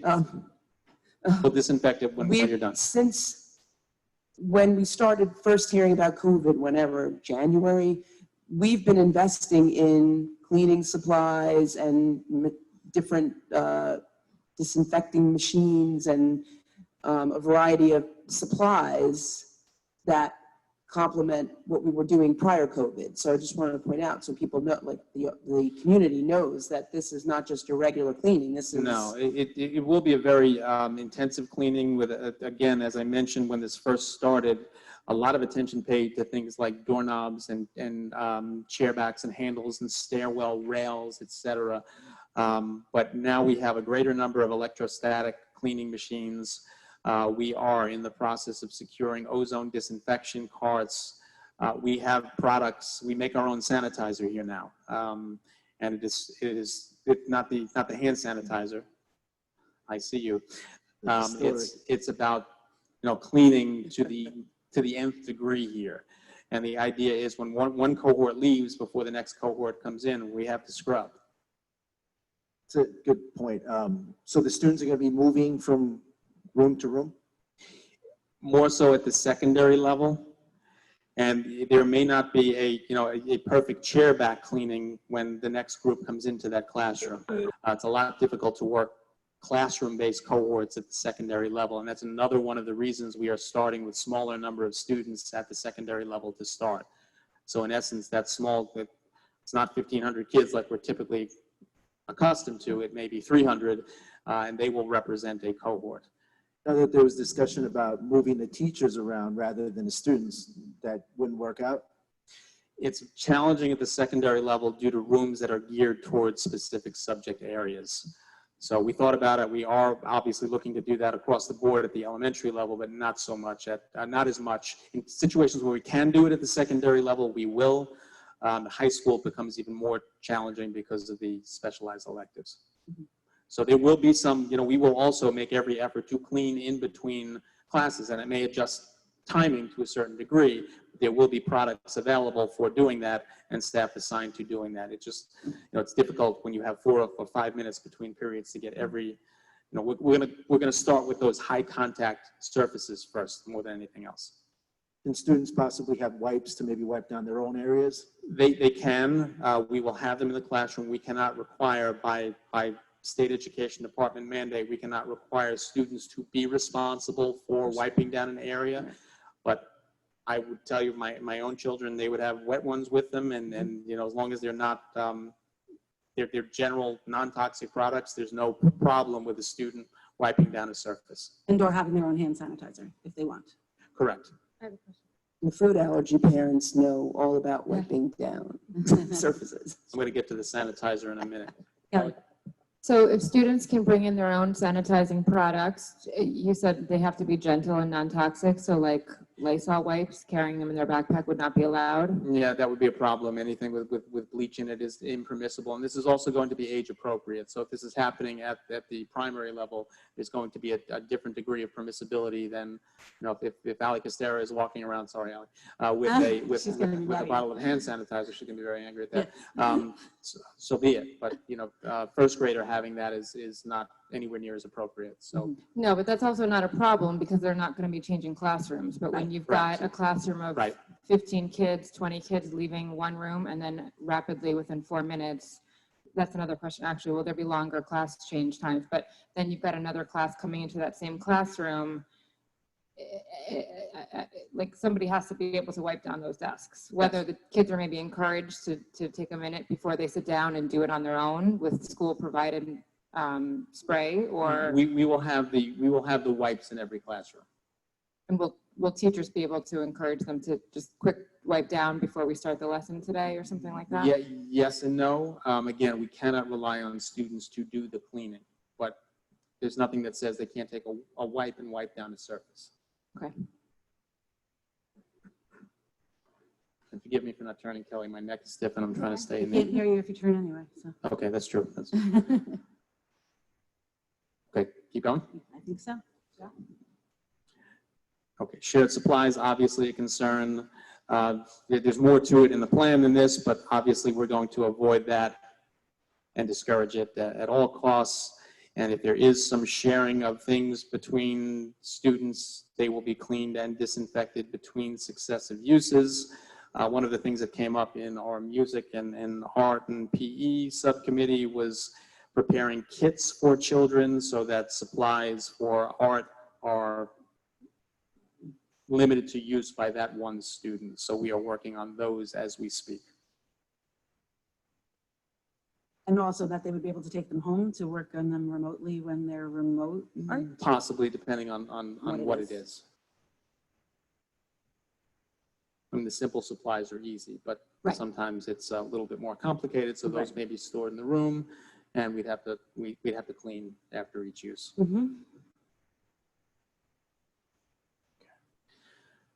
Okay, so I'm going to go back to your question, Christine. So social distancing is a big part of any school program, and there was a lot of discussion as far as, is it social distancing and mask wearing? Is it social distancing or mask wearing? You may see some pushing the envelope here in some districts. We are not going to do that. 6 feet is generally 6 feet. I'm going to give you some exceptions in a minute that actually go beyond 6 feet, but we will be requiring all desks, we will have all desks situated at least 6 feet apart. We will have students wearing masks with those mask breaks included. And if they're more than 6 feet and they're stationary, they may be able to take those masks off for breaks. And it's going to come up on another slide, but we are also going to be implementing physical barriers on every desk in the district. There are recycled plastic Lexan fire safe type shields. It sounds like a great idea, but we also have to make sure that they are cleaned routinely. And if a student sneezes into one, we got to break it down and give them another one. We need a lot of these, and we're putting that in play as well. And in all likelihood, that'll be set prior to the start of the school year. So we have 6 feet, we have masks, and we also have the physical barriers. Will they be in the cafeteria, the barriers? Possibly. Dr. Acker? In the cafeteria, the barriers. I'm muted, but we're going to put barriers wherever students are sitting together. Your mic is not on? Because the cafeteria. Oh, thanks to the mic. You're not muted. So the way that the secondary is being set up, it's going to be individual desks in the cafeteria, not tables, and those desks will have barriers. Yes. Okay. And they will need to be cleaned after each meal. Right. Because obviously eating is one of those things where droplets fly. So that's one of the challenges with the barriers. I point out here some requirements in terms of certain particular activities. In phys ed, aerobic activity, 12 feet is the requirement. Students singing or playing a wind instrument, and I assume this also means brass, where you're blowing into a horn, 12 feet between students that are doing this successively. And I also threw in here, we have safety drills. I actually have a lot there. I can place more detail in the plan on this, but the idea is safety drills will be modified so that social distancing can be maintained to a certain degree. But understand, if we are in a lockdown situation and there is a real chance of safety being compromised, safety first, social distancing, God forbid, never happens, but you know, we're not going to social distance to the point where we're putting children in an unsafe situation. You mean when it's not a drill? If it was not a drill? When it's not a drill. There are ways that we can conduct these drills to take into account the fact that we should be social distancing, but we are still required to do to conduct 8 fire drills in each school year and 4 lockdown drills. I have a question about phys ed remotely. That may be a situation where it can't be perfectly synchronous. So it might be similar to the spring. Correct. Not all the Not for time, every day. depending on what the activity is. Right. Because honestly, if a teacher is doing something outdoors, the synchronous piece is not going to be as simply set up as if they're in a gymnasium where they can set up a smart board. But I will tell you that the activities, there's going to be no contact activities, individually situated activities, yoga, jumping rope. I'm just throwing some of the things out there where kids can do it spaced out by themselves. That's the type of thing that would be encouraged in the phys ed class. We're not going to be playing football or basketball, at least to start, because we can't have kids on top of each other, and you're not going to do that wearing masks. Okay.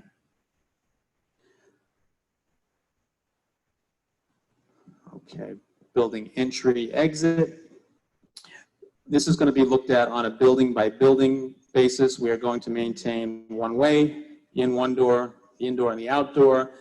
We will be using multiple doors monitored and supervised for entry and exit in some buildings to reduce congestion and to maintain that appropriate social distancing. So that's going to be laid out in each building a little bit differently. We do have 3 cookie cutter primary schools. The buildings are identical, some left to right, some right to left, but those will work similarly. But I know we are looking at multiple entry points into the high school, again, monitored and supervised, so we don't have 300, 350 kids coming in one door at the same time. Question. Oh, Kelly? For visitors, which I know will be modified greatly as well, but the beautiful new vestibules that we all have, I'm assuming those will be single occupancy only. They may be, or there may be doors in that vestibule where there's enough room to separate. Okay. So I know the primary schools are a little bit more narrow. Tight, yeah. Yep. And at the secondary buildings, there will be one-way hallways and stairways sometimes? It depends on the area in the building. There may be one way, there may be lanes created with markers. It depends on the width of the hallway and the volume of students that are present at any given time. I'm going to get to hallways very shortly. I'll look that way, you look that way. Okay. Okay. All right, classroom configuration. You know, we spent all these years trying to come up with creative, engaging classroom configurations. Now we are going back to the Industrial Revolution. At least 6 feet between desks, all desks facing the smartboard, and as I mentioned earlier, physical barriers may be, in all likelihood at this point. There was a holdup with these because there were some state education department conditions for these barriers that had not been met related to fire code and fire safety. It looks like those have been overcome, so we are going to use those barriers pretty much throughout the schools across the district. But yes, it's going to look boxy in these classrooms for a period of time. And desks will be separated by at least 6 feet, some cases probably more. And this is our limitation in terms of packing kids into classrooms. We can't do it. So, and again, we are precautions here. giving kids a chance. If you don't have these kids spaced appropriately in the classroom, there's never going to be a chance that they can take off a mask. And that is, in our minds, was not appropriate. The barriers may help, but we also can't rely on them 100% of the time. So there are a lot of different measures in place here to take as much risk out of the situation as possible. Jim, I have a question, I'm sorry. So phase 1, 6 feet, masks and barriers, right? Phase 2, still wearing masks. Masks and barriers. Phase 2 also 6 Yes. feet, masks. And again, that's my thought now. If we may, something very positive can happen, Right. and we can, So there's nothing that says the cure is found and we can't jump right from 1 to 3. So there's lots of right. there are 1, 2, 3, but there could be some, as I mentioned before, some in-betweens that we can implement if we deem it safe and appropriate to do so. And that will not be done in a vacuum. That will be done in consultation with, well, obviously with the board, with taking feedback from staff and taking feedback from families to a degree. And then the problem here is that this plan may be brilliant for some and others are not going to agree with every aspect of it. And I will repeat, we are doing the very best we can to address safety, to address the flexibility, and to address the educational needs of our children. There is no way to accomplish everything for everyone. We need to start in a manner that makes sense for our community collectively. There is room to be distanced and twice as many kids? You said in phase 2, we would still have all 3 in place, but there would be twice as many kids in phase 2, right? It depends on the school, Right. but again, one of the things that would allow us to move to phase 2 is if we felt comfortable at that point based on metrics that maybe masks and barriers alone. Listen, the American Pediatric Association has talked about 3 feet.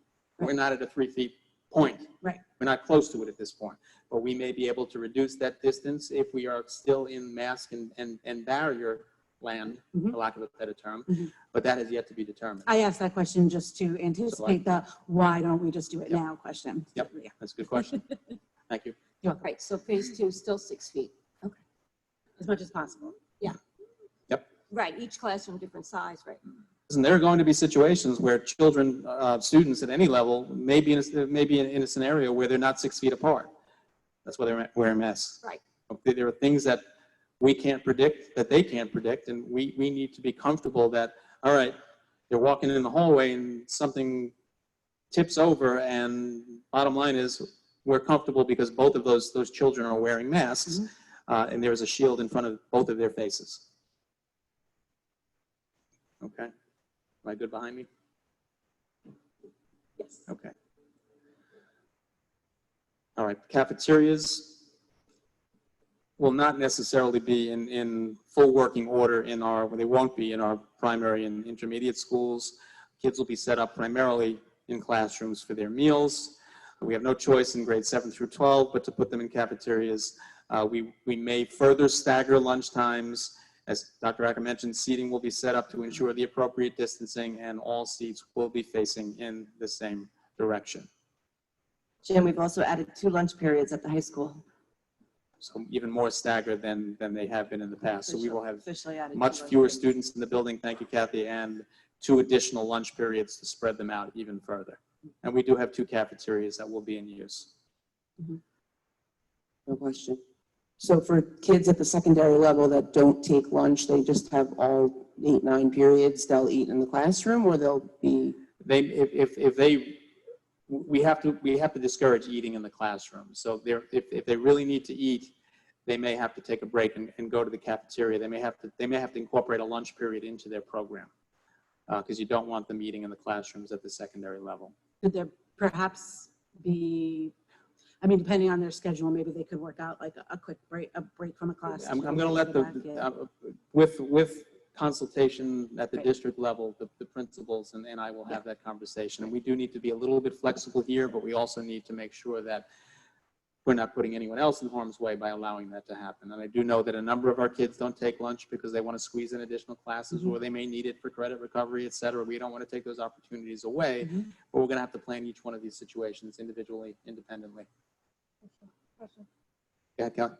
On the opposite end of the spectrum, snack time for primary, will that be happening or no? Yeah, they'll be eating in the classrooms to begin with, so they'll be shielded in. I've watched it this summer, so there's certain things I feel more comfortable with because I've seen it in action. I walked into the extended year program the other day and everybody was eating. Joey. Yeah, Joey was eating, but they're all boxed in and they're eating at a distance from each other, and there was no issue. And as soon as they were done eating, they put their mask back on. Great. It's a lot easier in the elementaries because of the classroom use. And because the kids are older at the secondary level, it's not as challenging there in terms of giving them direction and having them follow it. And in the primary level, for the most part, there are sinks in the classrooms, or am I making that up? In many of them, not all of them. And obviously, hand washing is much encouraged as opposed to using hand sanitizer. And I'm going to get to the faucets and some of the hardware that we've adjusted there. And do understand, and I want to make this clear, and the board is well aware of this, everything we're doing here in terms of facility upgrades in response to this, I'll say it bluntly, it ain't cheap. There is already an emergency purchasing resolution on Monday's agenda that will allow us to move money into an equipment code, which is generally impermissible, but in the fact that this is an unanticipated ordinary contingent expense, we can do it. And it also allows us to dip into unassigned fund balance if we need to do so. So we need to do what we need to do is what it comes down to, and you'd be essentially giving us the authority to do that, and I'll give you an example in a minute. Okay, back to hallways. I mentioned before, they may be designated as one-way or marked with lanes to ensure the appropriate social distancing. The elementary, that's going to be more the cohort model where things are coming to them as opposed to them leaving the room. And there will be no locker use at the middle or high school levels for the time being. Just when we got beautiful new lockers at Finley. They're going to look shiny. The lockers are being installed at Finley as we speak. They're going to look shiny new for an extended period of time. Put them in and say, just kidding. So, and we also have to make it manageable for students not to be carrying 20-ton textbooks back and forth. That, I watch some of these middle schoolers, some have hit that growth spurt a little less soon than others. Yeah. We don't want them carrying backpacks that weigh more than they do. Also, when we get to colder weather, there'll be coats and. Correct.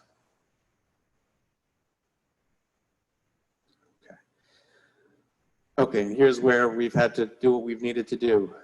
Touchless flush sensors on toilets, sensors on faucets, not necessarily fountains. Actually, we have done more with bottle filling stations as opposed to touchless fountains, and I did adjust that in the plan. I didn't adjust it on the presentation.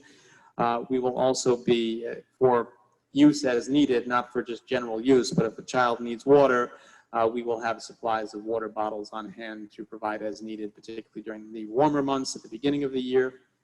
And honestly, in bathrooms, if the distance between those sinks is not enough and you can't put a physical barrier in between them, we may take them offline. We will take them offline. I shouldn't say may. We are working on touch-free paper towel dispensers. I actually took that out of the plan because they have been too difficult to find at this point. There are some things that we haven't been able to secure. This is one of them, so I pulled this out temporarily. So there will be alternatives there. Because blowers are hazard, or the hand blowers. Blowers, they have to touch Dr. Acker, there was another reason for the blowers being I was thinking the air taken blowing around offline. with other kids in there. Yeah, well, they're saying that Talk into the the air mic. being blown around isn't. The air blowing around is Yeah. unsafe. with Right. Multiple Yeah. children. It spreads the aerosol Yes. particles, right? And it's in a contained space. Right.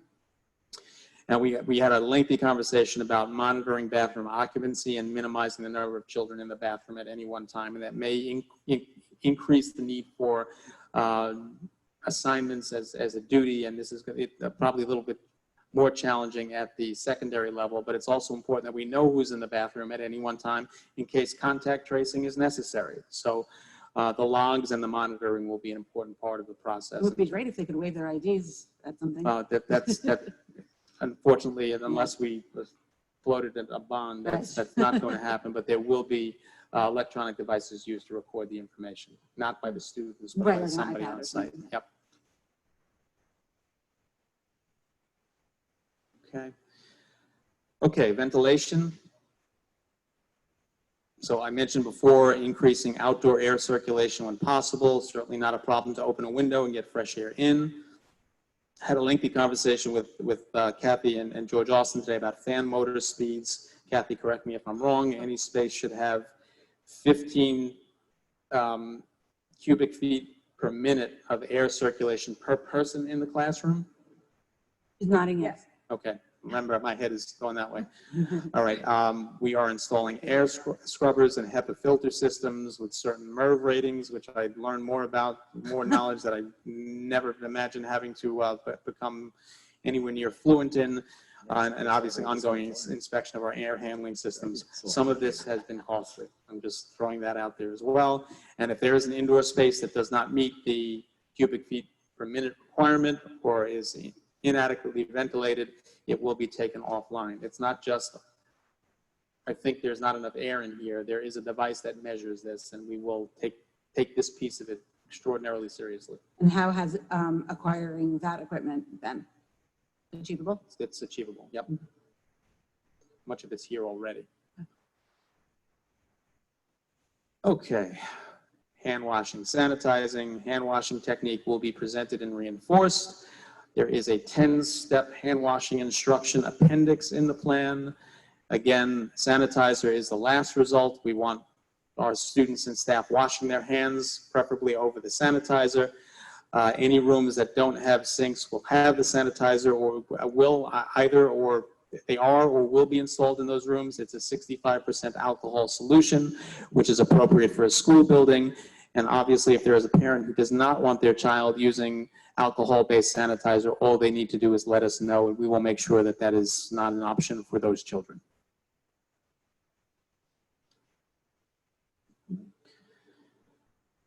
Okay, visitors, volunteers, limited, very specific reason basis, visitors only.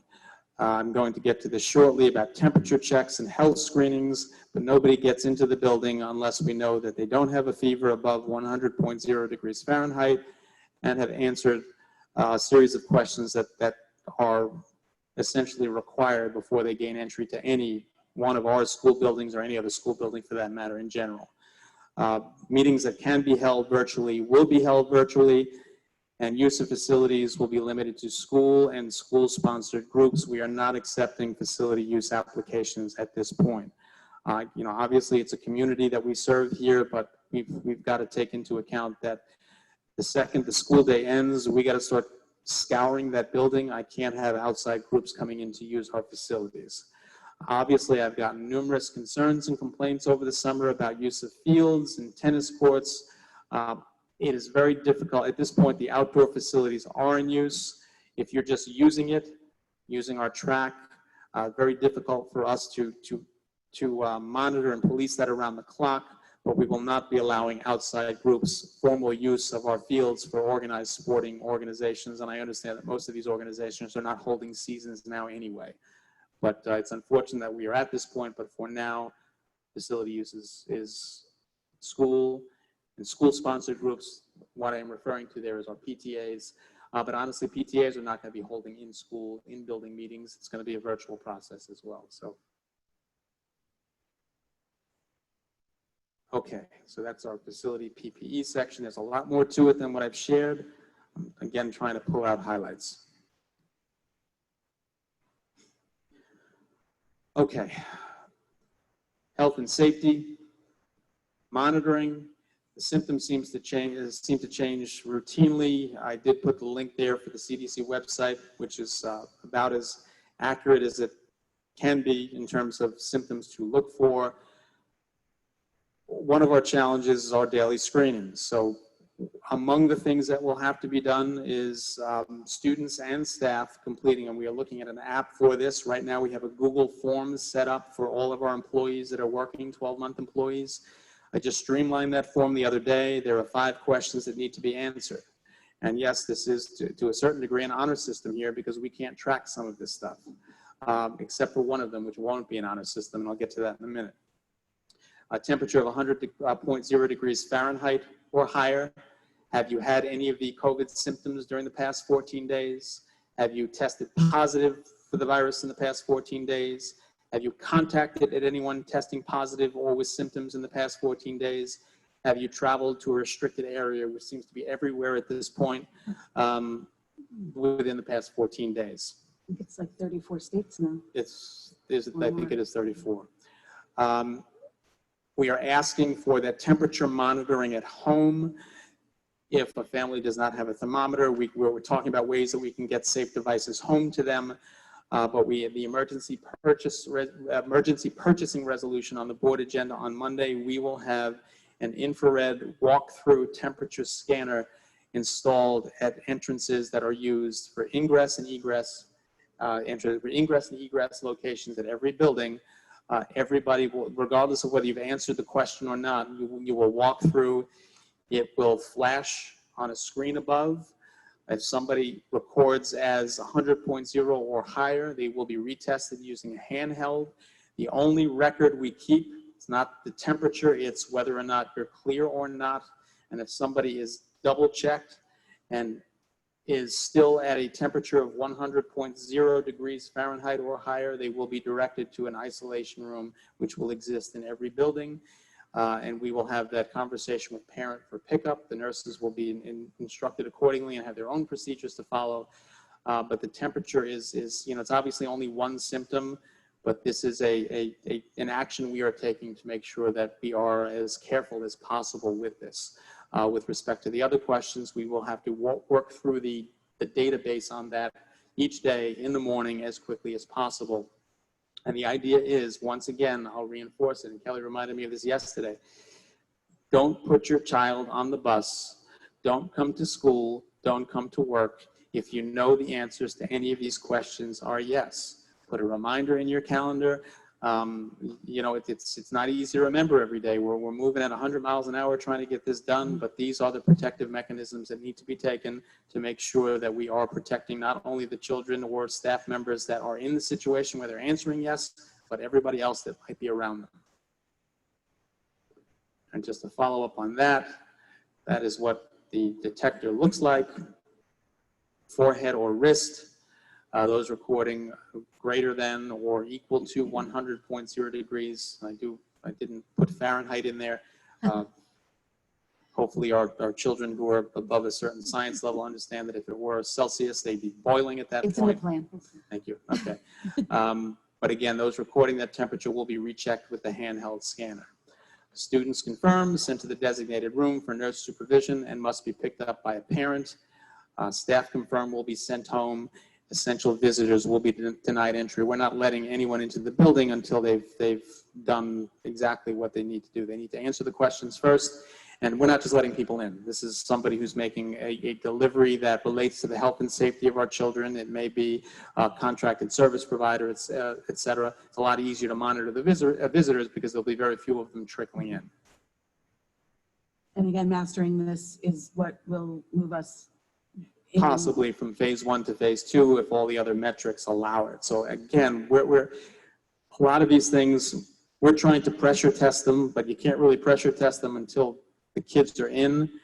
And I think it's a prudent move on the school district's part to start with smaller numbers as opposed to what may be happening elsewhere. And that's where Christine mentioned, please don't compare.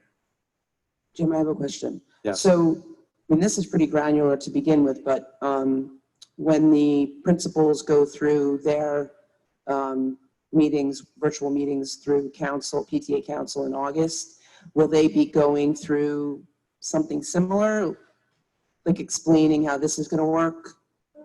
Well, at each building, yes. And, again, that's the purpose of these virtual meetings that I'm going to establish as well.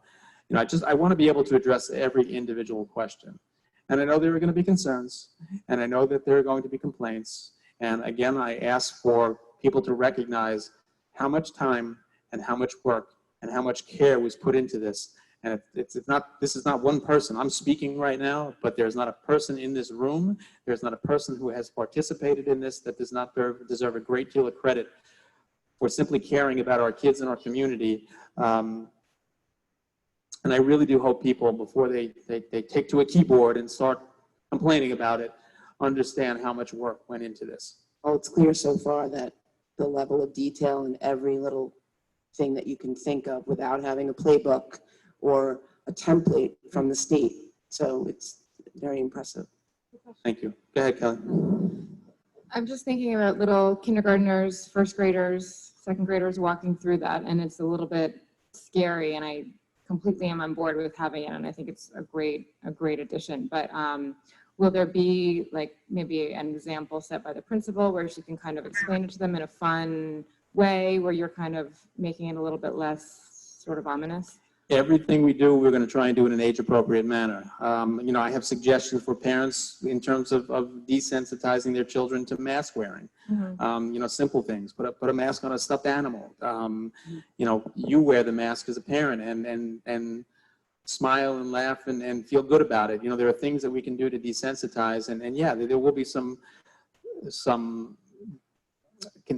not the word concern is not what I'm looking for, but some discomfort and who knows? It could be beyond discomfort, and anxiety. Thank you. That's the word I was looking for. We've got to help them get past that, and we need to work together to do that. We can do everything we can in school. If that anxiety is reinforced when they get home, it is going to counteract anything we've done to alleviate or allay some of that anxiety in the school building. So this is a team effort here. And again, I ask for assistance and help, because if we don't get that assistance, it's just, there are things that we're going to have to work harder to do, and this is going to be hard enough. And also the slow start, I think, you know, will help. I mean, teachers are going to have anxiety, faculty members are going to have anxiety, 100%. staff is going to have anxiety, and starting off slow, you know, trickling in will hopefully help, you know, like you said, to make all these things happen with fidelity and give confidence to people that they are safe, not just feel safe. Yeah, and listen, we have an extended year program here every summer, and I do not want to be referring to these children in any way that makes it seem like it was a trial run. No, we have a beautiful program with beautiful kids and beautiful staff, but it does allow us to see how some of these things work on a small scale. And some of these kids are more sensitive than others. Some of them very sensitive, and they're doing it. I mean, I'm just thinking about from like a first day perspective, if we can maybe put a little bit more sort of pomp and circumstance into it and show the kids, because that will be their first impression, and first impressions count a lot for little kids and for all of us, obviously. But if we could just maybe give some thought at some point about how to desensitize it for their first sort of walkthrough, and maybe make it like a ceremonial type thing. I don't know, just spitballing, but something to that degree. And then my other question was, just about first day. So this is not related to this, but will each cohort get their own first day, or will the first day be literally the first day that school begins? Because of the smaller number of children involved, we did not stagger entry by grade level. At the secondary level in particular, you're talking about 25% of the children in at any one time, pretty much at most. At the younger levels, more like 50%. But these are conversations we can have with the principals about staggered entry times at the beginning for kindergartners possibly, just to get them more desensitized. I'm going to rely on the principals to set their procedures such that that can happen in, they know what their requirements are, appropriate social distancing, the masks, whatever barriers are in place, but there are things that we can accommodate like that, Kelly, in terms of staggering and working through things in an incremental basis, particularly to start. Great, thank you. The only problem there is transportation. Yeah. So there may be some limitations there. Will there be a requirement to keep the classroom sort of plainer in decoration, or will the teachers be able to do their magic to make their classrooms? If a teacher is in a classroom by him or herself, they can decorate a classroom. There's nothing, we do want to make our schools as welcoming and as visually appealing as possible, particularly at all levels really, but at the elementary levels. We have some creative folks here. We don't want to take that away, and we certainly know that makes the kids feel more comfortable. So there's no real reason they can't decorate, within general requirements, fire code, et cetera. They can dress it up any way they please. I know that there are some very creative elementary teachers where you walk in, and I say this with all due respect because it works. There are kids lying on the floor. There are kids in beanbags reading independently. A lot of that is unfortunately going to have to be suspended for the time being.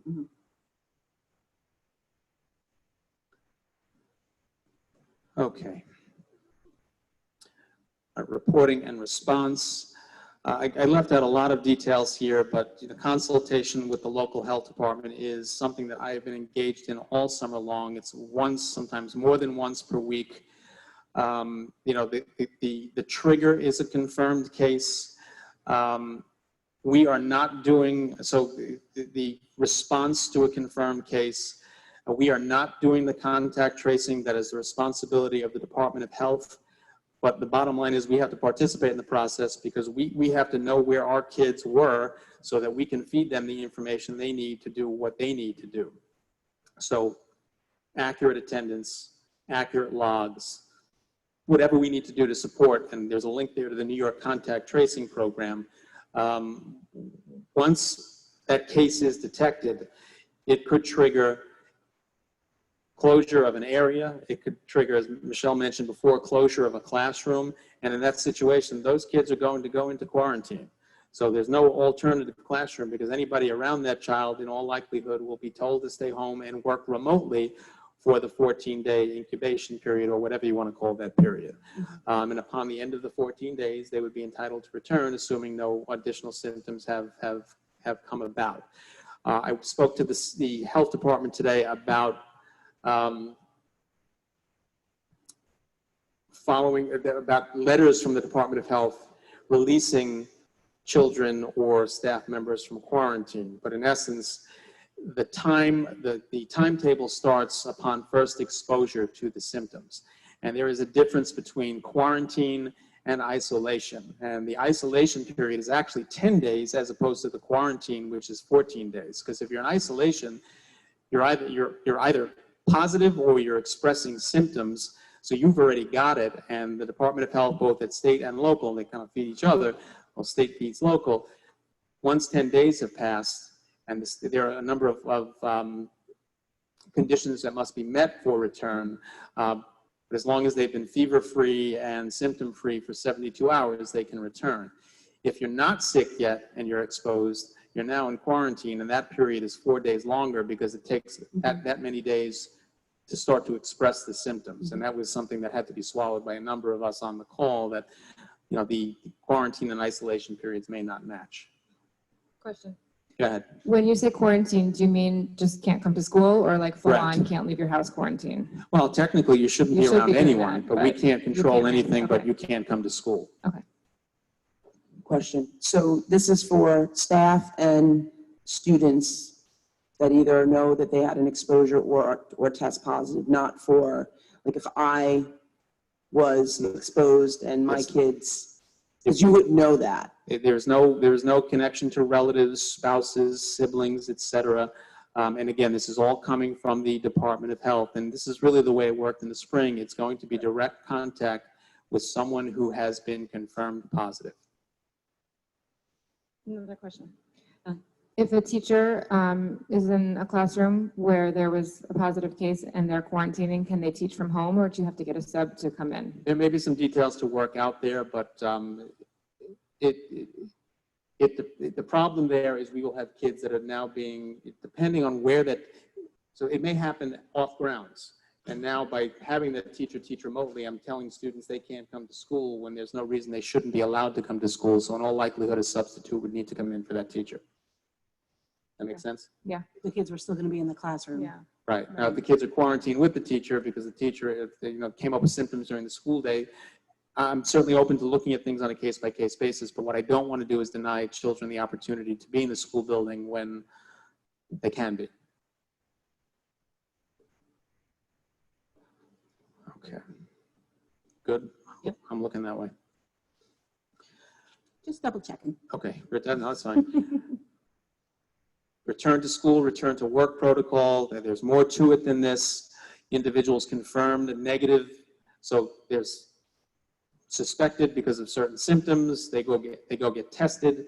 Once they are confirmed negative, and we need documentation, obviously written confirmation from a healthcare provider or the Department of Health. They need to be fever-free, without taking Tylenol or Advil, and without any other symptoms for 24 hours. They're still expressing symptoms. There's a concern that remains. And a lot of this, we have to rely on people to give us accurate information. So understand that there are limitations here. COVID positive, I mentioned before, 10 days after first symptoms, and they need to be fever-free without meds and without other symptoms for 72 hours, 3 days. And I mentioned the difference between isolation and quarantine. Interestingly, I participated in the conversation this morning with the Suffolk County Department of Health, and I jumped on a webinar this afternoon, or a Zoom meeting with Cohen Children's Hospital, and I was very pleased that the message was the same in both meetings, and it just, you know, when you start to hear it from multiple professionals, medical professionals, it does make you feel a little bit more comfortable with what you're doing in this type of situation. If a COVID test is not called for because somebody's staying home, a parent's note to return is as normal. You have to wait the time period. I'm saying if you just don't feel well, I don't know. Stay home. Right, stay home. All right. But in order to return to school, I'm saying what would you need if you didn't have a COVID symptom but you just had something else? Again, if we're talking about a negative return, and it doesn't necessarily require that they could be sick for some other reason, but you know, they stay home because they're under the weather. They're not necessarily going to run and take a test. Right. Again, fever-free and without any other symptoms for 24 hours would be the rule of thumb. And a parent note just to return if they haven't gone to the doctor. Correct. And if there are concerns, there will be a conversation with the parent and the nurse before that child returns. Okay. But I want to reemphasize, and it's important that people understand, if you wake up and you don't feel well, as a staff member, you don't come to work. Mom wakes up, child doesn't feel well, keep the child home. This is not, I know it's tough because we have other commitments and work, et cetera, but this is a situation that, we have to rely on everyone not to compromise. Right, I was speaking more about a return. Like I wouldn't want somebody to not stay home because they feared that they had to go get a COVID test in order to return to school if they just had something that resolved quickly. Correct. When I say individuals confirmed COVID-19 negative, they are displaying symptoms that, and probably multiple symptoms from that list that was linked to a prior slide. Okay, now we're in the cafeteria. We are talking about food. The food service is going to change. We are not working with, grab from the lunch line. It is prepackaged meals. All choices will be in alignment with the child nutrition program requirements. We are going to work diligently to encourage parents to prepay through the My School Buck system. Typically, if they prepay, there would be a fee for use of the app. It's not a significant fee, but it tends to add up over time. So we have negotiated a flat fee that the district will pay so that nobody on the outside has to pay. And we're also working on the possibility of a pre-ordering system, another system, possibly by October. We are not going to stop students from bringing their lunches from home. And, Michelle and I have had this conversation about allergy awareness maintained in all settings, much like it is in a lunchroom. It'll be the same in an elementary classroom or in the cafeteria at the secondary level. I'm going to get to students at home in a second, but we're good? Yeah. Okay, students at home, we're going to have those same meal choices available. Really everything the same here, same costs, and again, free and reduced. If you qualify, you qualify. The difference here right now, we don't necessarily have the capacity to deliver meals to everybody who's home, so we'll have to be a grab and go set up in a designated location at each building. And what we were looking at to make it a little bit more convenient for parents, possibly, and it depends on perishability, picking up for more than one day at a time. So we will have our meal service available for students who are not in on a given day, or who are on the full remote program if they so choose. Yep. Didn't we provide students with weekend meals and to accommodate for like long weekends? Weren't we able to send them home with enough food for the kids and the family for the course of a few days when they wouldn't be in school? that we will be going back to the standard meal type service. That will no longer continue just because it is not fiscally sustainable. Okay. So that was when everybody was out, and the pandemic caused the immediate closure. And listen, we're going to work with families to get them as much as we can, but this will go back to the standard school lunch process with the availability of routine grab and go pickup, but whatever the costs are in school, we can't not charge people who are at home while the kids at school are paying. So, and again, we are going to make our free and reduced lunch applications available in every main office on an ongoing basis and help parents complete them if it applies to them.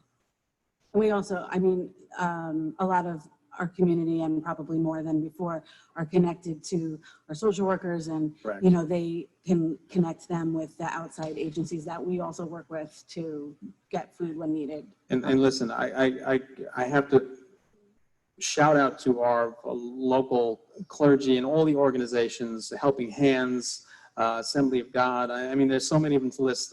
Pastor Dan, Reverend Kim. I mean, these people would give everything and anything to make sure that our kids and our families are taken care of. And I never have to ask them for anything twice. And you know, if they ever ask me for anything or us for anything, we're going to go out of our way to help them, help our folks here as well. So the commitment remains the same. The grab and go, you're saying that is the only option right now, but if there are people that just can't make that happen, there will be accommodations for them via outside resources? No, What do you they'd mean have can't to- make it happen? Meaning if there are pantries available where people can visit to secure additional meals, that would be organized by those organizations.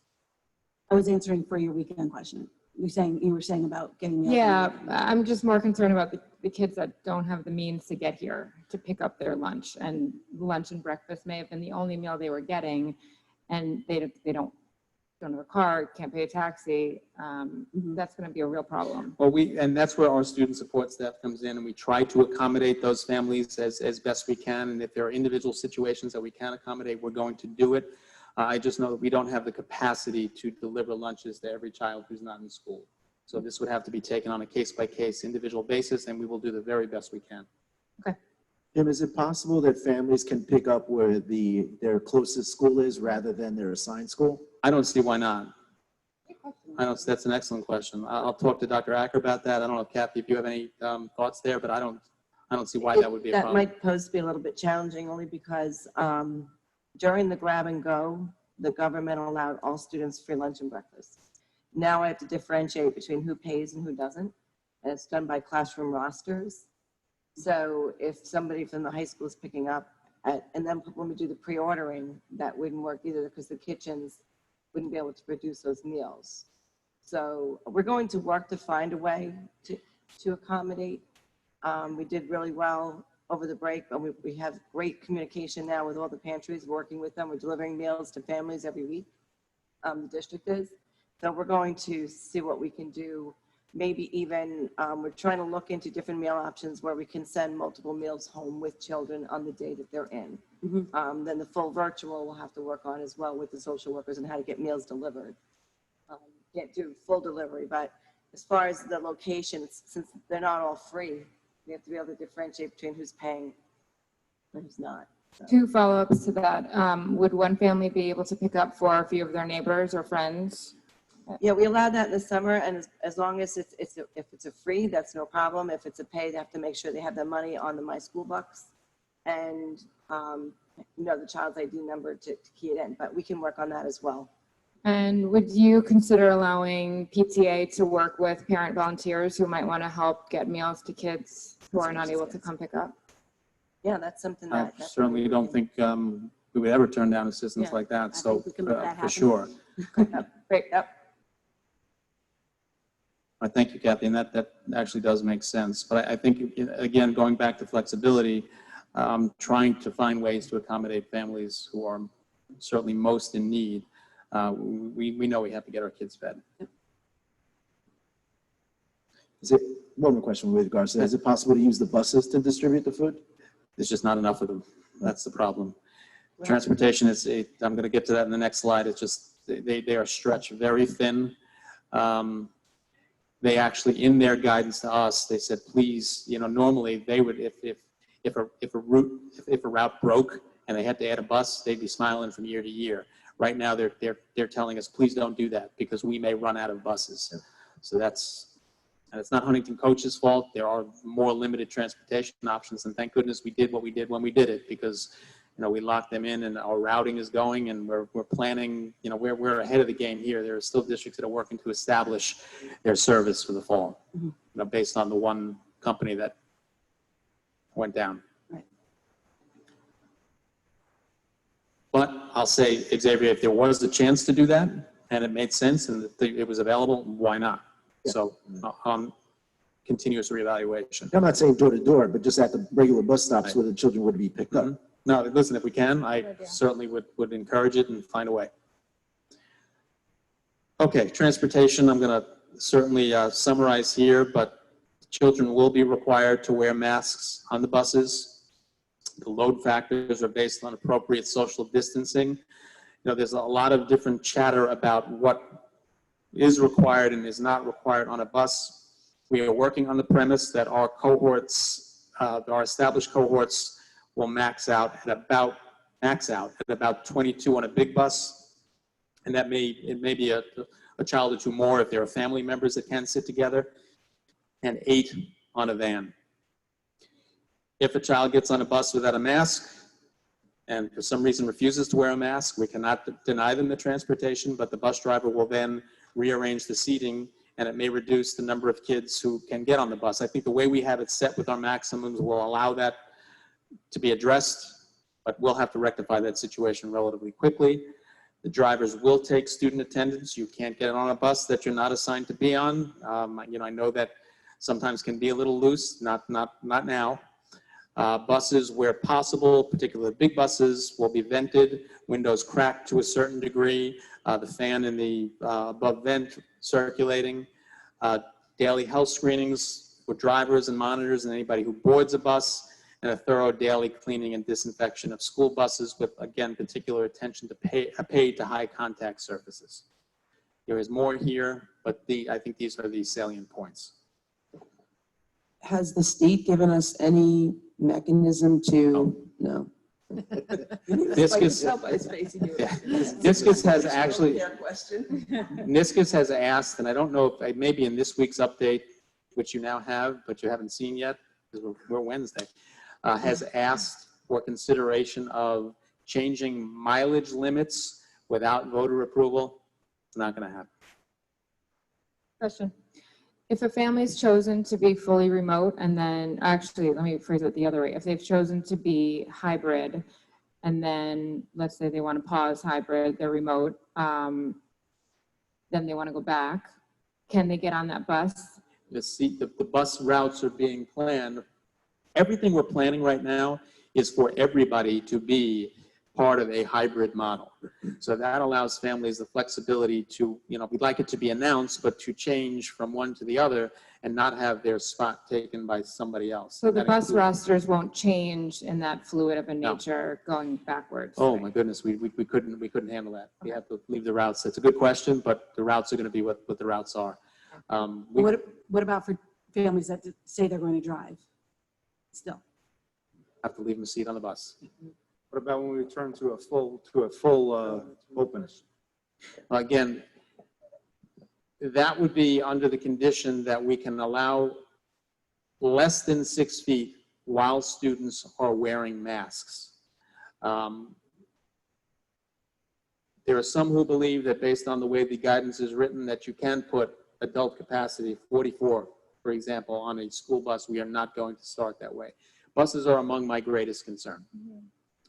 Not to take anything away from our drivers, but we have, the bus is an extension of the classroom.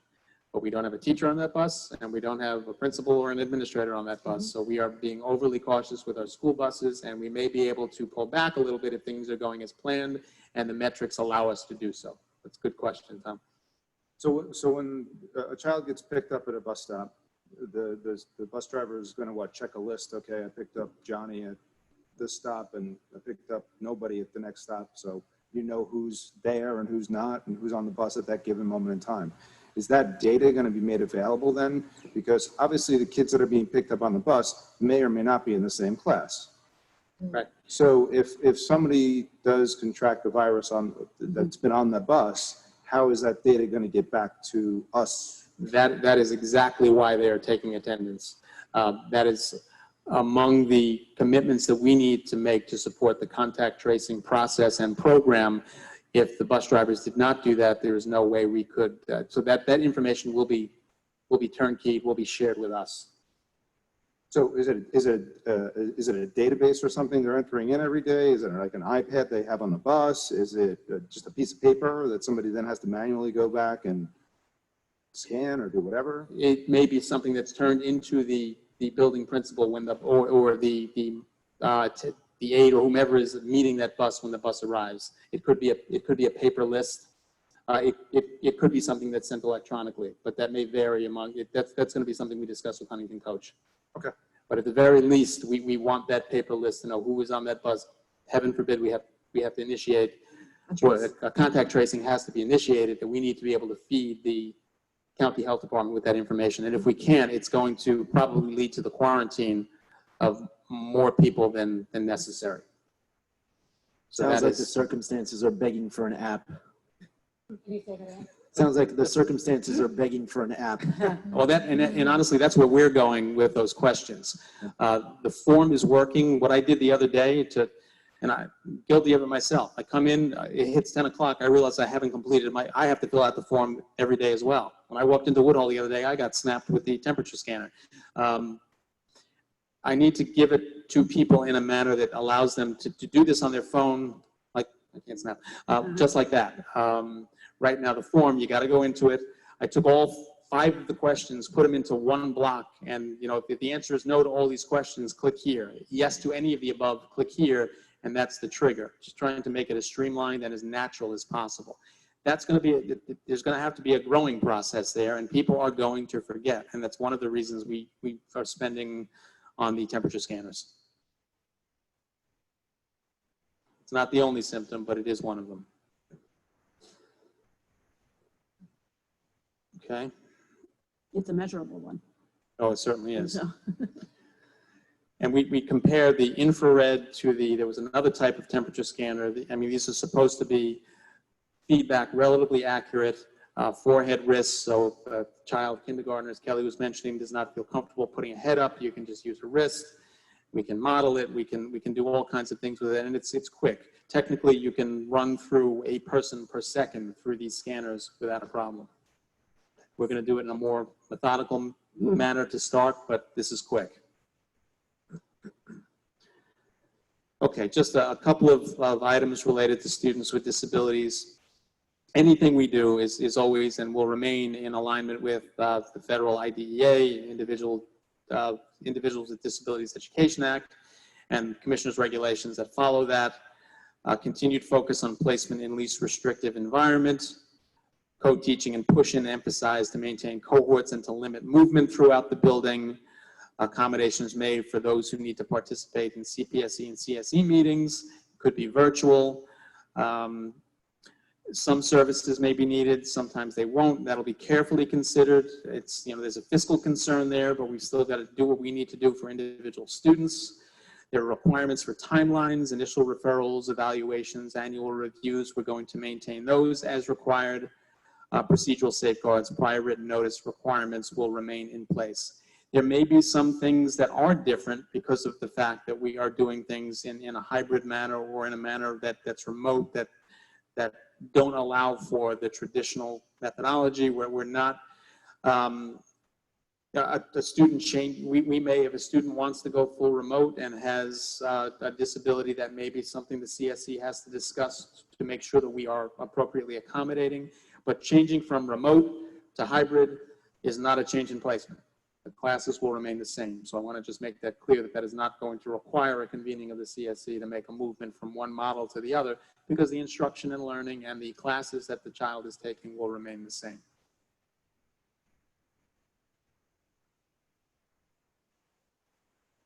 Okay.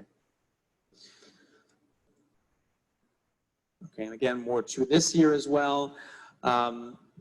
Obviously, some of our other students who are more in the line for academic need are those who have not been with us here for as long. Commissioner Regulation Part 154, Commissioner Regulations, I should say, Part 154 remain intact, and we must continue to abide by them.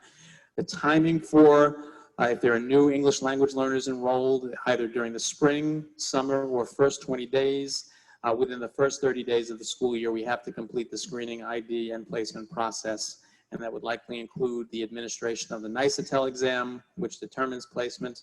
Once the first 20 days of the school year is complete, then we're back to where we typically are within 10 days of enrollment. And notice that's the last 20 plus 10 is 30. I did that in my head. All right, dual language program is not impacted. I put that bullet in here just for that reason.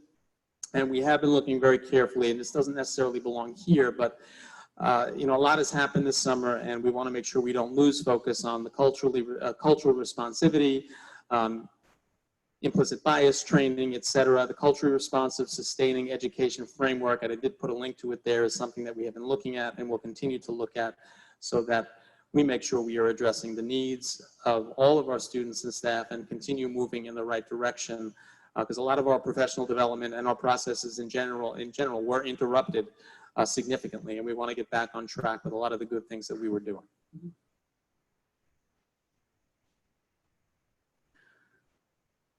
Okay, I know there's been a lot of question about extracurriculars. Athletics is a hot topic. Already delayed the fall interscholastic athletic season until September 21st. I'm going to be honest, I do not have high hopes that that fall season is going to begin at that point. There is another plan in place where the New York State Public High School Athletic Association moves sports around and starts everything later and readjusts the seasons. I know I don't have it in my head, and I didn't put it necessarily in the plan because it's not under implementation at this point, but I know football would occur in the spring as opposed to the fall. So there's still a lot to be determined here. And I will say that, you know, I don't want to stop clubs and activities from starting, but you know, we certainly cannot have in-person meetings after the school day when we need to scrub the buildings. So some of our activities may be suspended for a period of time and others may start in a virtual manner. And field trips off-site at this point are not taking place. And that's, you know, obviously a sad thing to have to announce, but safety first. And we will certainly encourage, I know they're using this in the extended year program, virtual field trips. They are not the same, but anything that keeps the kids' spirits up and engaged in things that they can participate in that take them at least cognitively outside the walls of the classroom. Jim, have you heard any talk of driver's ed? I know some parents are wondering. I don't think there's a plan. Governor made an announcement today. But Yeah, something came out today that I haven't had a chance to digest yet, but right now to stuff kids in a car is not where we are. The announcement said something like that the 5-hour course can happen virtually, but I wasn't sure what course. I have to look at it because I saw it today as well. It came out late in the day. There wasn't a lot of detail. I know we are offering certificates to some of the kids who need to take their road tests, but we got caught in the hours of the course completed. If we didn't reach the threshold to allow the rest of it to be completed online, but I will get that out to parents, and I may, when I have that information, I may actually insert it into the plan. So right now it's a 41-page plan. By the end of the week, it could be 52 pages. I'm trying to keep it manageable so people can digest it. I think that's important as well. But, you know, there are things that may come up where, okay, you know, I'm sharing this information, but it may be easier if I fire it into the plan. So I'll get to the timeline in a second. Okay. We're getting there. All right, family and community engagement. Communication is a key, and I've tried to make sure, I think the process I have in place to make sure that there's no surprises. Like I said, I mentioned an email earlier where a parent suggested I'm hearing this. I really haven't gotten a lot of that, but I'm going to say straight out to anybody who's listening tonight, if you don't hear it from the district, don't necessarily take it at face value, because information gets twisted. I don't know where it comes from. Some of the things I'm reading, okay, it's not a Huntington School District issue, but please, and don't hesitate. I know I'm getting backed up a little bit with emails, just in terms of comprehensive responses. I do encourage parents to attend the meetings that we're going to schedule. But if there's a question, you know, drop me a note or give me a call. But assume that if you haven't heard it from here, it's until you hear it from me or somebody in district, a building principal, until it's formally put out there, I wouldn't go with it, because some of the things I heard today were not accurate, not even close. Sometimes you get things that are partially true. No. So the communication, going back to that, the important point here is that we will maintain the open line, the open channel. Contact information, we did roll the grade levels a couple of weeks ago in July. So if right now our grade levels are accurate. So seniors, 2021 seniors are reflected as 12th graders. We're going to flip the bit in a couple of weeks, which is going to, with the schedules are set, et cetera. It's an e-school term, but we need to make sure that parent information in our e-school student management system is accurate, up to date, because that's what feeds our Blackboard Connect Ed system on a daily basis. There's a new upload every day. I've gotten contacts with parents over the summer. I've actually troubleshot with them personally. Sometimes they inadvertently opted out of text or email. Sometimes Gmail is a little testy on their end or your end, not the district's end. But it's important that we have accurate home phone, cell phone, email addresses. I've been sending the communications out generally by email and text. If you're not getting them, you need to let us know. And again, I mentioned the forums. I'm going to be more specific about that. Do we expect teacher assignments and schedules to be normal on a normal time frame? Yes. Yep. Absolutely. And I will say the building principals have been actively communicating over the summer as well. One of the things in the first survey was, how do you feel that the district communication has been? And there was a bell curve there, but most people felt like it was sufficient or beyond. And again, if you don't think it is, then I need to know. I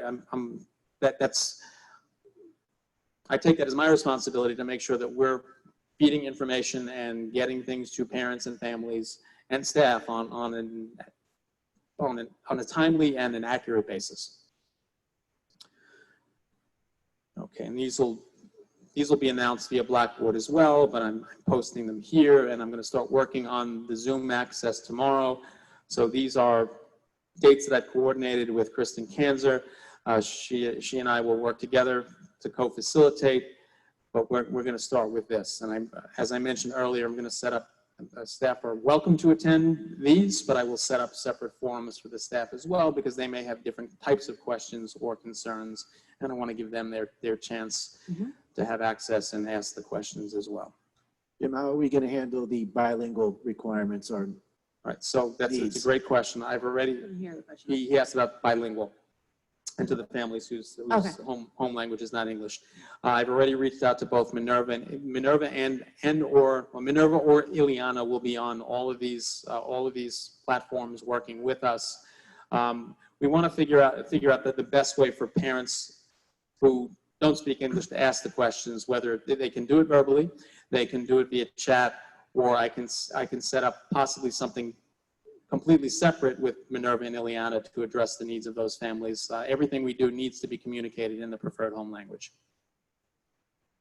So the Zoom call is going to be in Spanish or another language? Well, I'll have Minerva and Ileana on those calls to work to translate on the spot if needed, or if need be, and it makes more sense to do this, and this is where the flexibility has to come in. I can set up separate calls as needed that are solely delivered, where I can utilize my Spanish skills, and I can have Minerva and Ileana on as well. So sometimes it's easier to do it separately in both languages. So open to that for sure. Hey Jim, I'm just thinking back to accommodations for parents that responded to the survey, that 55% of them would be willing or wanted to have their kids to return to, I guess, a full-time model. What if there's a situation that a parent truly has, that either it's a financial or work obligation, that they want their kids and have no issue with anything, they want their kids back in school full-time? How do we address that? At the beginning, during phase one, we can't.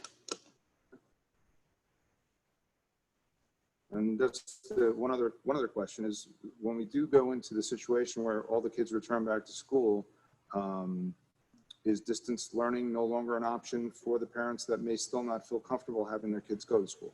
Well, you know, again, that's going to remain to be seen whether there's a 2.5, but, you know, if there is an all clear and God willing, there will be an end to this at some point, distance learning is not necessarily going to remain in place when the health concerns are not here anymore. We're going to have to play this by metric and by surrounding conditions. I'm sorry, Tom, I'm turning to you as I'm looking away from the microphone. You're good.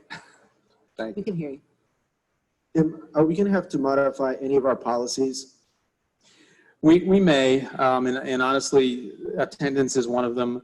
At this point, it may take some time to get to that just because there are so many things that are changing at the same time and they're fluid. To go into a policy and change it and then have to change it back and change it again, I think we're going to wait for some guidance here. I still have policies that I was working on that have nothing to do with this, that, you know, policy committee is still in place. But we do take our guidance from the state, from Erie One BOCES in terms of what policies should or should not be. And sometimes we take the recommendations and sometimes they don't. And to make them as open-ended as possible so we don't have to revisit every time something changes, that's what we're going to look to do. But yes, some will have to change. You know, grading is not a policy, it's a practice, but attendance is a policy and it's an extensive policy. So right now we're looking at things on a completely different level. And part of this is dictated the way policy works. Regulation supersedes policy, law supersedes regulation. So there are things that executive orders dictate right now that, you know, have some of our policies at least temporarily inaccurate or obsolete. Just so that it's clear, what do we do with students or families that don't want their children to be wearing masks in school?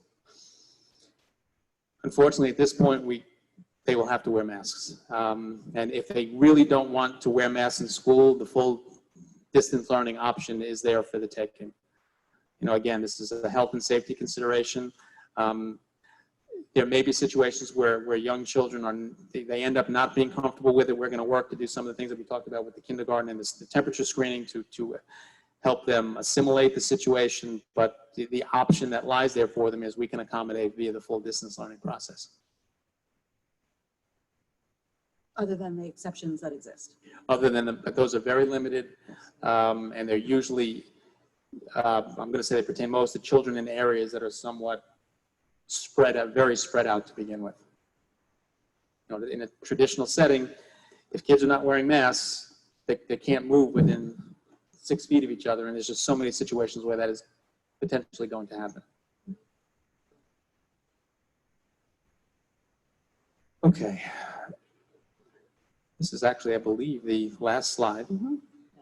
So we are obligated and need to appoint a safety coordinator. I kept myself out of the loop here, and Kathy will be that COVID-19 safety coordinator, and there will be school or district points of contact, which will essentially be the building principals, and Diana Rich as well, because she is for all intents and purposes, the head nurse or in charge of the nurses. So she is here as well, and particularly as she connects to a lot of the students with disabilities. So if there is a suspected case, or if there is somebody who has a question about that, they would contact these points of contact, who would then feed the information to either Kathy or myself, and all of this will be fed to me at the end of the chain. And I will obviously keep the Board of Education informed of all actions that need to be taken. So the timeline here is, I think that's the last, yes, that's the last slide. The plan is set to be assuranced on Friday.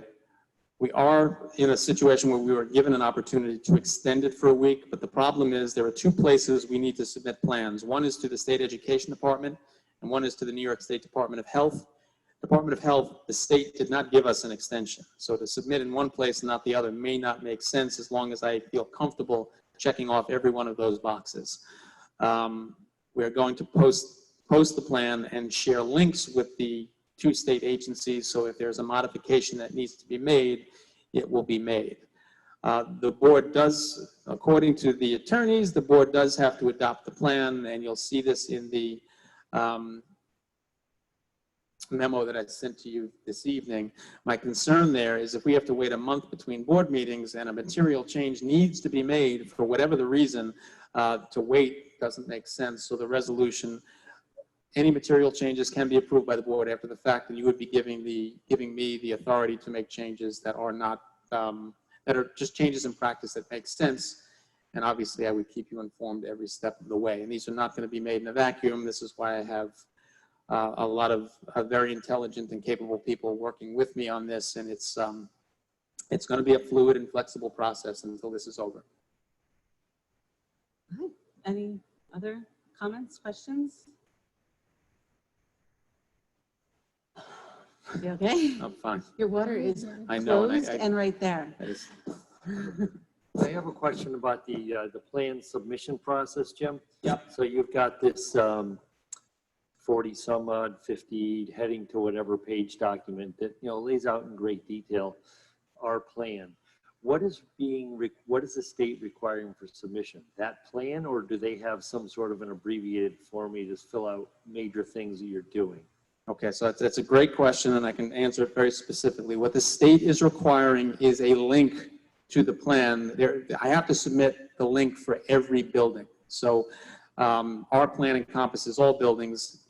There will be 8 links set up, 1 for each school building. What I do need to submit to the state is not the plan itself. They need to link to the plan, but I have to, in good faith, check off 80 boxes, 80 assurances, letting the state know that I am basically attesting to that we have met the conditions set forth in that assurance. And if there is a question, they can then go to where the plan is linked and look to see if there is something there that does or does not make sense to them. So I am submitting the plan in the form of a link, but what I need to submit to the state is the completion of those assurances, and that to them will be, okay, you're good to go. It's just a check, not a citation to like a page It is in a the plan. checkbox. There are 80 checkboxes. The DOH portal is a little bit different. It's also not a secure portal. Works a little bit differently, but there too, it's a matter of submitting link and attesting. I've already affirmed that I have, and you know what I did with this. I've already affirmed that I have read every punctuation mark and letter in that Department of Health document. That has been done. I will have to do something similar, Bill, for the Department of Health as well. So it's not actually the plan. It's not like the continuity of learning template where I had to cut and paste and input lots of information in separate boxes. It is 80 assurances that I am attesting to. I actually had a question. You said that we're going to do a resolution that says that we can approve things after, but we're not really approving. I mean, it doesn't make a great deal of sense because if you look at the SED documentation, this whole process is designed so that school districts can make changes when they need to. It may be in response to an executive order. It may be in response to a regulation, although we don't have a commissioner, so I don't see how that's going to happen. Or it may be in response to a practice here that we need to change based on our own assessment, which is more likely than anything else. If that is the case, to wait, and that's where I had a conversation with council at multiple levels saying, what you're saying doesn't make sense because that's not how this process is designed. And if I want to, I tried to put in every contingency as best I could, phase 1, phase 2, but we may want to be at phase 1.5 at some point, and that's going to be something that will be based on data, based on the science of the situation, for lack of a better term. And experience with the rollout. And experience with the rollout. And again, the phases are important. I don't know if I see this in every plan, every district's plan, but it allows us to be fluid and flexible and to do what makes sense for our children, but in a safe and responsible manner, and for our staff as well, in a safe and responsible manner. Would you ever consider putting one school into a phase 2 and maybe not all the schools? Possible. You know, if it makes sense to do that, we can do that. So honestly, within phase 1, phase 2, it doesn't dictate. That's why I took out the time. I didn't want to be locked into by September 21st, we're going to be in phase 2. Listen, I hate to say this, and I hope this doesn't happen, but by October, every school in New York State could be closed, or in this region could be closed. Something could happen. We don't know what the future has in store for us. And we're all preparing, not all in Huntington, but I can speak to the colleagues I speak with routinely.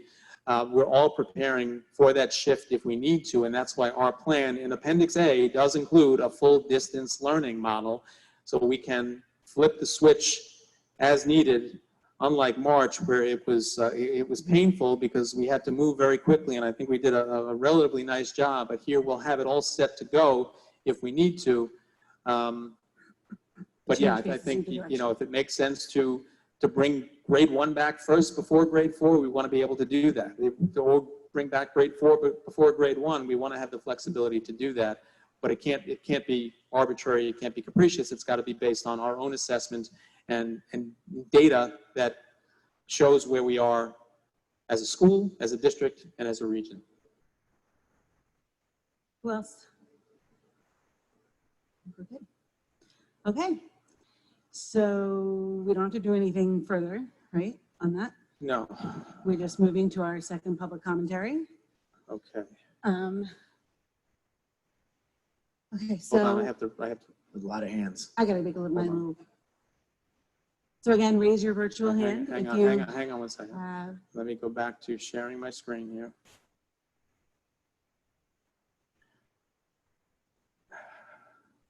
I'm going to move this off to the side.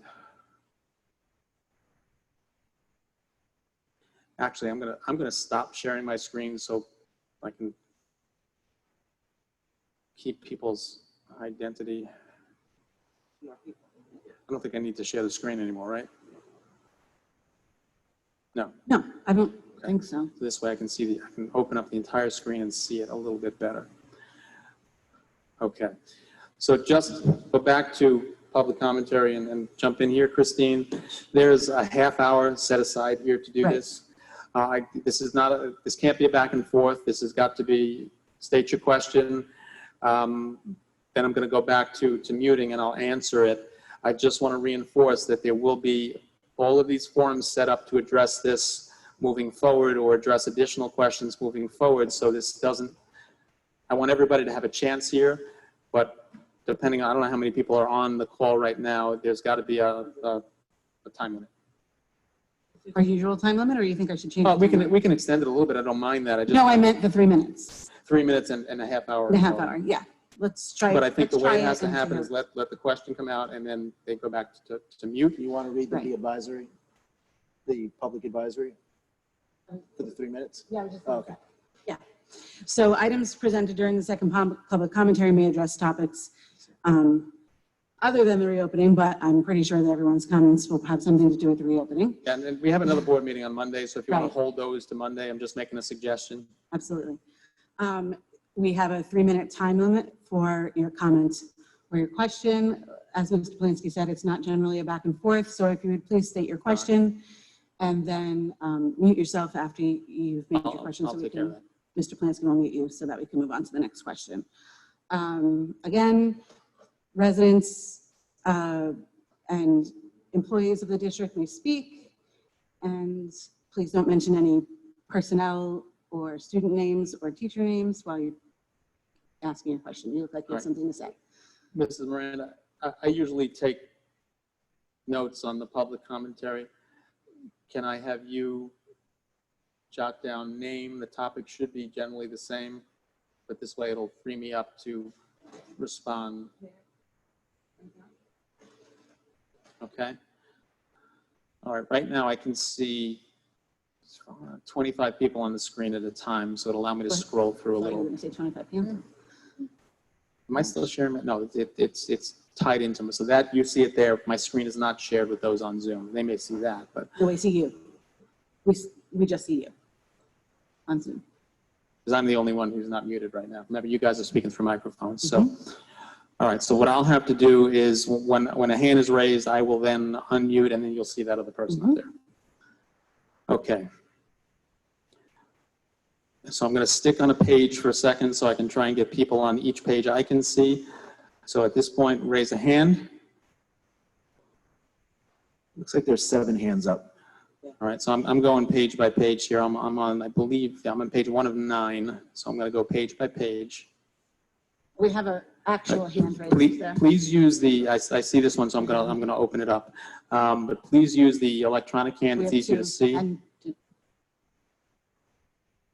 Okay. Dan Carilla, do you know how to do the Well, electronic now hand? hold on. I have somebody on top of her. I can't see Oh, she who it has is. electronic hand. Okay. Right here, All right, now I see them. Flora. I'm going to unmute you. Yeah, there you go. I see that hand. Okay, it's going to ask you to confirm. There you go. Okay, hang on a second. Don't start talking yet. I have to raise my volume. Okay, go ahead. Let's see if we can hear you. Hello. My name is Jennifer Engel, and I'm a parent here. You mentioned push-ins on the elementary level. Since there'll be multiple exposures with elementary push-ins for special area teachers, if a special area teacher tests positive, will all of those classes that they've been exposed to now have to be quarantined? All right, can I ask you to start the beginning of the question again, because I raised the volume while it was happening. I think it had to do with the special area teacher. Mm-hmm.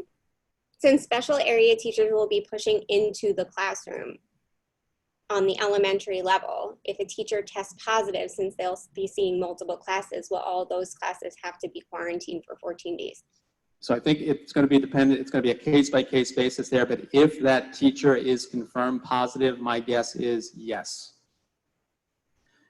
And obviously that's why it's extraordinarily important for everybody, if you feel sick, stay home, but that's, yeah, and that's unfortunate because you may have a special area teacher that pushes into 5 different classes on that day, so. Okay. Mrs. Carrillo, I'm coming to you. There you go. Okay. Hi. Can you hear me? Yes? And Okay. Well, thank you very much for that presentation and all the time and effort that you put into it. I know I'm extremely grateful for it.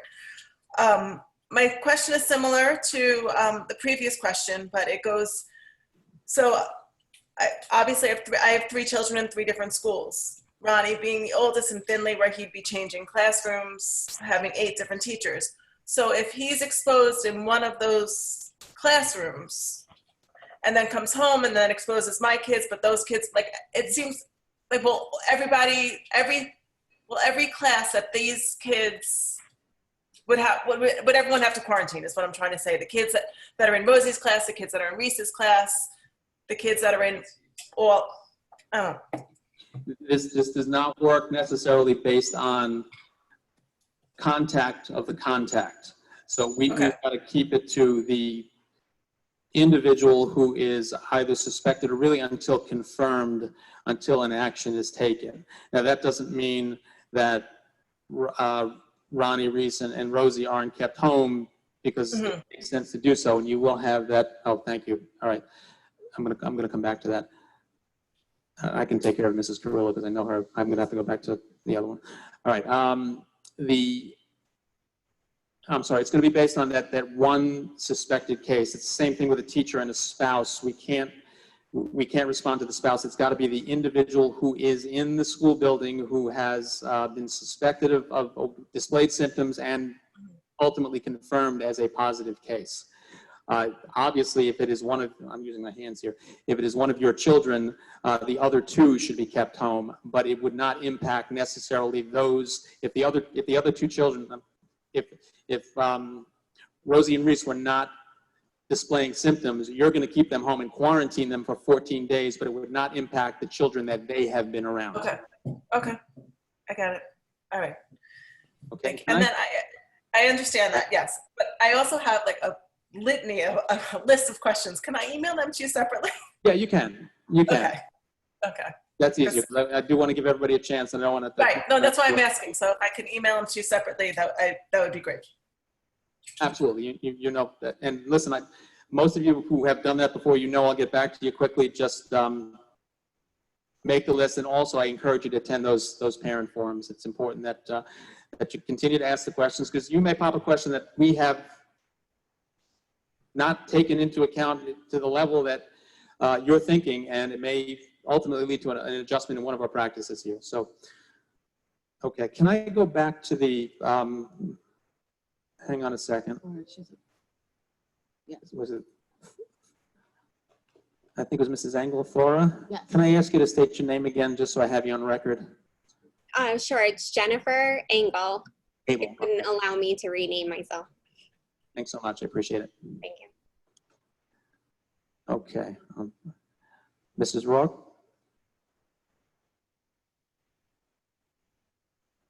Okay. Oh, thank you. All right. Marty pants. All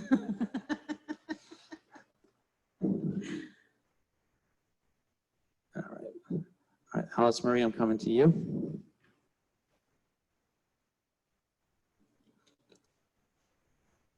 Okay, we should be able to hear you now. Oh. As soon as you see, do you wish to unmute, do it? There you go. Can you hear me now? She's good. Okay, there we go. Okay, hi. Thank you so much. This is incredible. It's very informative. I'm just beyond impressed. Thank you. Sorry. Am I Can you hear me? Yeah, just state your name and affiliation to the district. Oh, I'm sorry. Alice Marie Rourke, and I have a daughter at the high school. She's my youngest of 4. Regarding the comment earlier about the secondary level children or students bringing wipes to clean their table or their desks, I have concern when they're going from classroom to classroom, not knowing who is sitting in the desk before them, right? Assuming that everyone is healthy. However, something was mentioned about the toxicity of the cleaner. And I just wanted to say, it's really important with this virus that this virus be killed with something effective to kill the germ. I'm all about organic. I feed my family organically and I clean my home organically. But with regard to this virus, it needs to be done with either alcohol or some kind of effective cleaner that's approved by the EPA. So my question is, what are you using? And then why would you prevent a student from bringing some type of alcohol wipe that's approved by the EPA to kill the germ? I'll answer a piece of that. I don't know if Dr. Acker, if you have the names of the EPA approved products, but we are probably using a number of things that are, yes, EPA approved and have that alcohol content that does kill the virus almost on contact or shortly thereafter. Okay. The SED guidance states very clearly that we cannot put students in a position to serve as cleaners or sanitizers. Like I said, if a high school student is, we're not going to start shaking students down for alcohol sanitizers. I don't have an issue necessarily with a high school child bringing in something that they use to clean their hands or wipe the surface of their desk, but we cannot rely on that as the first and foremost and only means of cleaning that surface. The problem is going to be just how quickly can we get a room cleaned and sanitized between periods when there may be another group going in there thereafter. And again, speaking with the Department of Health, the risk is extraordinarily low when you're dealing with healthy children that something on a seat that they're sitting at is going to, it doesn't live on these surfaces for that long, but it can depending on the nature of the surface. We've also got to be very careful once we put those physical barriers in, those quote unquote sneeze guards, because those will have to be cleaned somewhat routinely. We actually have to have backups in classrooms so we can take one off and put another on almost instantaneously. But you know, there are some inherent risks when there are children moving around. But like I said, I don't think we're in a position to stop a child from carrying something that's non-toxic, Okay. FDA approved. That was my question. That's, yeah, okay. That makes me feel much more comfortable because I'm going to tell a quick story and I want to share it because it's important that people know this. My brother manages a nursing home. He was one of the first cases of COVID on Long Island. He was very sick. He actually, my elderly parents live with him, share one bathroom. My father has diabetes and my mother, and he's on dialysis, and my mother has a heart condition. They're all fine. And he will attest that it was because he was able to use EPA approved products that included either bleach or whatever it is that killed the germ. He does the same thing in his nursing home and it has proven for him to be effective. So I just want to make sure that's clear to everybody. Dr. Acker, did you want to add anything about the cleaners? I don't have the name of the virus wipes that we're using right now, but I wouldn't have children use them anyway. But what we will have in the classroom. Speak into the mic. What? Just grab that mic. I'm sorry. So what we will have in the classrooms, and again, we can't have children using it every day all the time, but we will have the sanitizer that we make, and it's salt-based, and it does kill the virus. So every classroom will have a spray bottle of those. We have been trying really hard to get wipes, but it's been difficult. But we've finally found a supplier that we will have some wipes in each classroom, but as far as between every period, every desk, we're just not gonna have enough to do that. But we will have the spray bottles of the sanitizer in the bottles in the classrooms if anybody has a concern. But again, we can't have children tell them they have to go wipe their desks down. So, but if they bring anything from home, that's an approved product. We can't have Lysol in schools or Clorox, but if it's an approved product, they can bring it in. Yeah, that's correct. The other thing I just want to make it clear, because I know Alice Marie mentioned bleach. We cannot use bleach in a school building, unfortunately, or fortunately, depending on how you look at it. Okay, I'm going to move on to. You're frozen on my screen. What's that? I know, you're gonna. I'm going to go to Life Pro. I believe that's Mr. Harris. So let me unmute him or her. Mrs. Harris. Jim, how are you? Hi, John. Hey, John Harris, father of 4 children in the district. First of all, thank you for all your leadership, and thanks to everybody who put all this together. Ton of work, and that should not go unrecognized. Thank you. I just wanted to consider a situation, there could be a critical mass in a grade or a series of grades where the kids aren't going to come in. Maybe a teacher doesn't want to come in. Have you considered a dedicated teacher per grade for just remote? I imagine it'd be really tough for even a teacher to manage both in class and remote. So if there was a dedicated teacher per grade, that could be helpful, but I imagine it's something you guys have considered, and just curious as to, where you landed on that.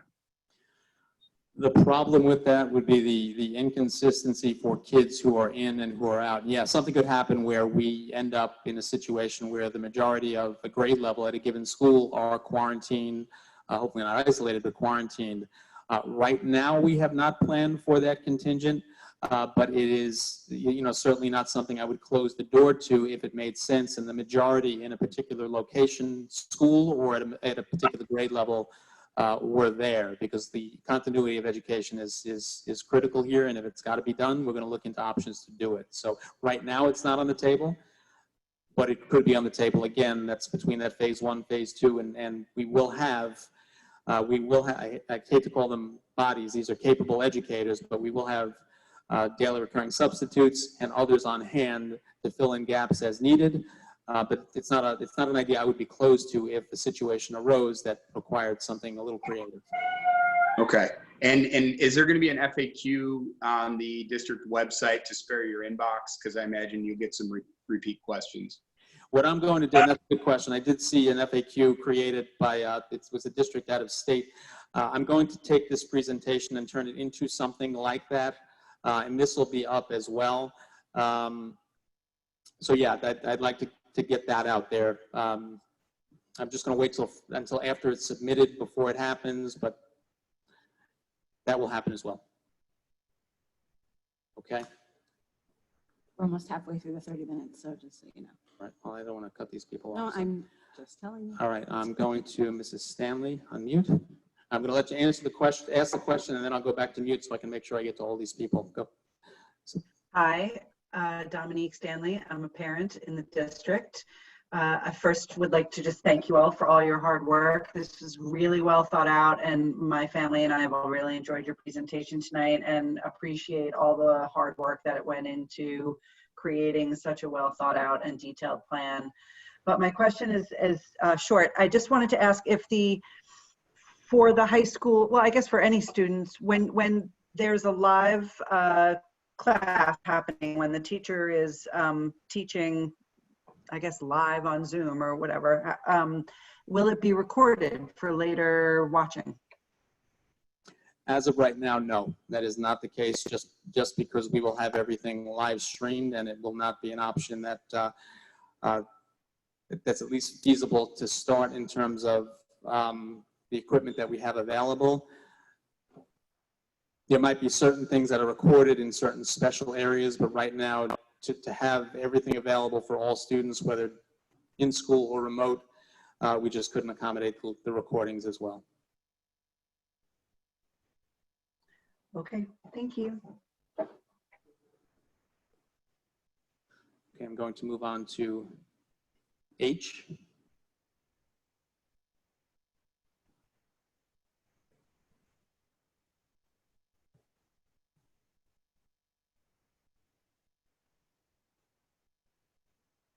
Let me try that again.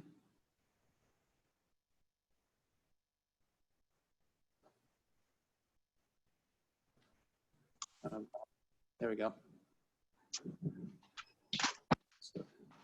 So H, you're live.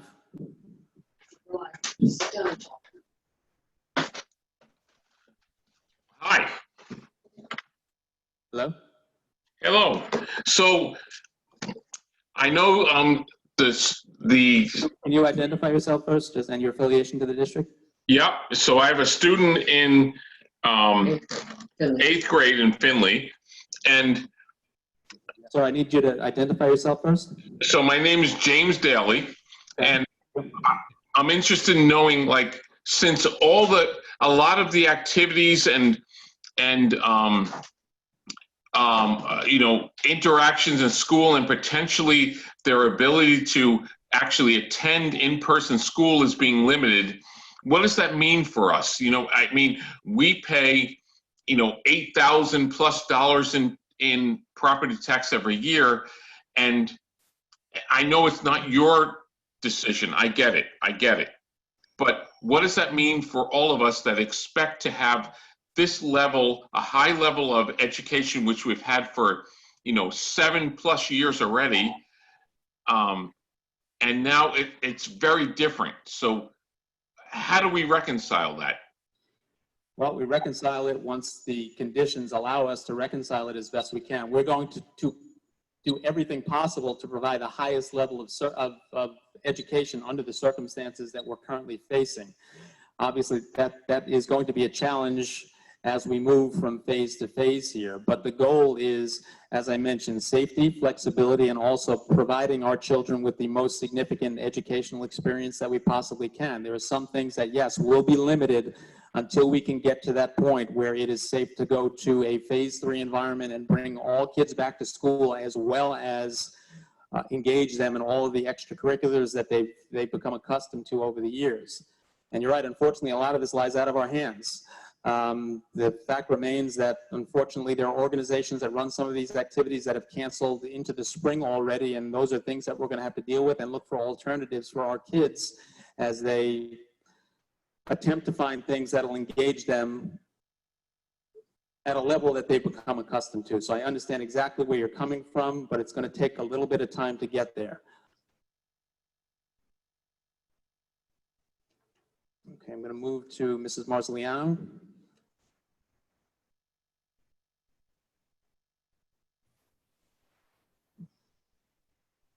You're live. Okay, thank you. Hi, everyone. Thank you again. My name is Laura Marziliano. I have a son going into junior year in the high school, and I'm also an employee of the district. My question is really for the incoming junior class coming in.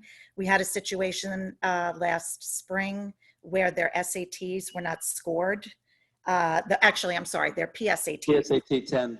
Yes, were not scored. So my question really was, what is going to happen with these kids as far as going forward with the SATs, as well as my son is also enrolled in a few AP courses and is concerned, you know, he heard before, going 1 day a week, and the difficulty of these classes, he's concerned about taking them. So just moving forward with that was really a concern of mine. Okay, well, I can speak to very calmly my experiences with the College Board this past spring. Unfortunately, a lot of what goes on with the College Board and the ACT lie with the College Board and the ACT. They will either, and it really remains to be seen how they're going to administer, if they're going to administer, and I believe a lot of discussion has already been held about not administering those exams, and colleges not requiring them as an admission requirement, at least on a temporary basis, so that the stress level is reduced. So the College Board and the ACT will make every decision related to PSAT, SAT, and the ACT, and we'll turnkey those instructions and the situation to all parents and students at that age level. With respect to the advanced placement classes, they're going to run at full capacity. They did run the AP exams in an online format. There were some students who had difficulties with them. They were not particularly responsive when we contacted them in an effort to get them to open the door a little bit to some alternative situations that would have allowed possibly rectifying the situation. We're hopeful that enough voices were heard that some of that will not be an issue in the spring, but I cannot guarantee that. But our courses will run. The kids will have the opportunity to take the exam unless the College Board does not offer them, but I certainly would not stop them and encourage them. If that's what they want to do, they should still take those exams, because one of the things that the colleges will look at is the level of coursework. I think they'll look very heavily at the level of coursework that's taken. Maybe not the assessments per se, but not a time to back off on the rigor. I understand the challenges, and you know, our teachers are good.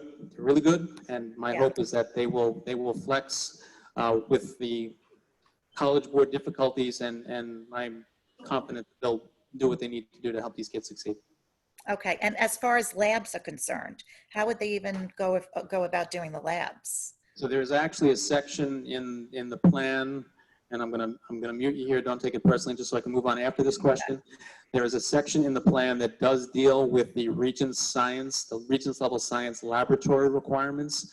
The 1,200-minute requirement is not waived, but there is flexibility for the teacher to run on-site actual experiments, for example, virtual experiences, or some combination thereof. So back in my days of teaching science, if you didn't meet that 1,200-minute requirement with hands-on laboratory activities, you did not qualify to take the Regents exam. There is some flex in the program right now so that the lab experiences can be accomplished in different ways. There is no AP lab requirement, although some courses like AP Chemistry have a set of required labs that have to be completed. Some flex will have to be built in there as well. I don't know if that's one of the courses your kids are taking, but okay. All right, I'm going to move to, I think I see Mr. Sullivan down there. Hey, everybody, how are you? I want to echo everybody's statements in saying how impressed I am and thankful I am for having such great leadership in this district. It's really refreshing and beautiful. I have a question about... Sullivan, can I just stop and have you introduce yourself? Sorry, my name is Daniel Sullivan. I have two students, one in Findlay and one in Washington Primary. Going to be Woodhull. My question relates to Mr. Harris's question about the continuity of instruction, which is the idea if a teacher has to go out based on, because they're triggered by some sort of automatic function and they have to be quarantined for 2 weeks at home, despite being asymptomatic, are they going to be still providing instruction to whoever is in the classroom? Because, the idea that perhaps, are they going to still be involved in that process, even though they're at home, or are they going to be considered out during that time? That's my question. It's a good question, and I'm going to mute you just so I can move on right after answering it. And again, if I mute you, don't take it personally. Feel free to touch base with me tomorrow for a follow-up. But I think these are case-by-case situations that we're going to have to look at a little bit more deeply if it does in fact occur. I cannot imagine a situation, particularly with my staff here, where a teacher would be, unless they're ill. I mean, that's a different situation. But if they are simply quarantined and feeling okay, I don't think there's a staff member who would remove themselves from the instructional process. The difficulty is there may be a group of students in school that they can't contact in person, so there may be a substitute involved in the process, but I have to throw out there that the communication between that person and the teacher who is currently under quarantine would be open and ongoing, and there may be an opportunity for remote back and forth as well. I think these are things that we are going to have to discuss a little bit further and work out on a case-by-case basis. My hope is it will never happen. In all likelihood, it's going to happen right away. But that is the goal, to make sure that the continuity is there and to have the teacher involved in the process throughout, the primary teacher throughout. All right, I'm going to move on to Joni.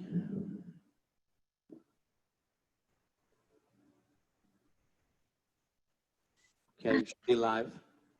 Hi, my name is Joan Mascaro. My son will be going to Jack Abrams. I just have a question about cleaning again. And you mentioned something about air scrubbers, and I don't know what that is. Okay, I'm gonna put Dr. Acker on the spot here to describe it.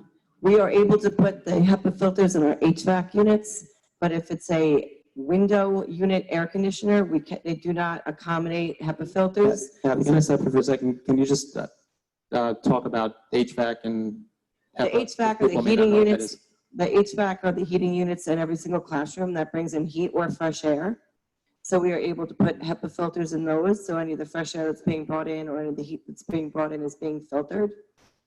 With the window unit air conditioners, we cannot put HEPA filters in them, so we have to order what we call an air scrubber, where it actually scrubs the air.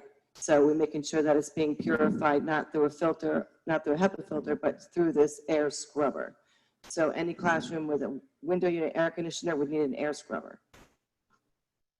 They actually use air scrubbers in factories where that had released or emitted pollutants beyond a certain threshold, and the air scrubber is inserted into the stack so that the air or the exhaust leaving the stack is actually triple filtered and clean before it hits the air on the outside. And with it, to a smaller degree, that's what's being installed on the air conditioners.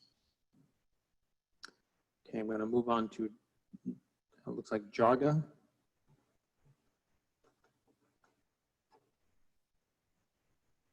You should be live.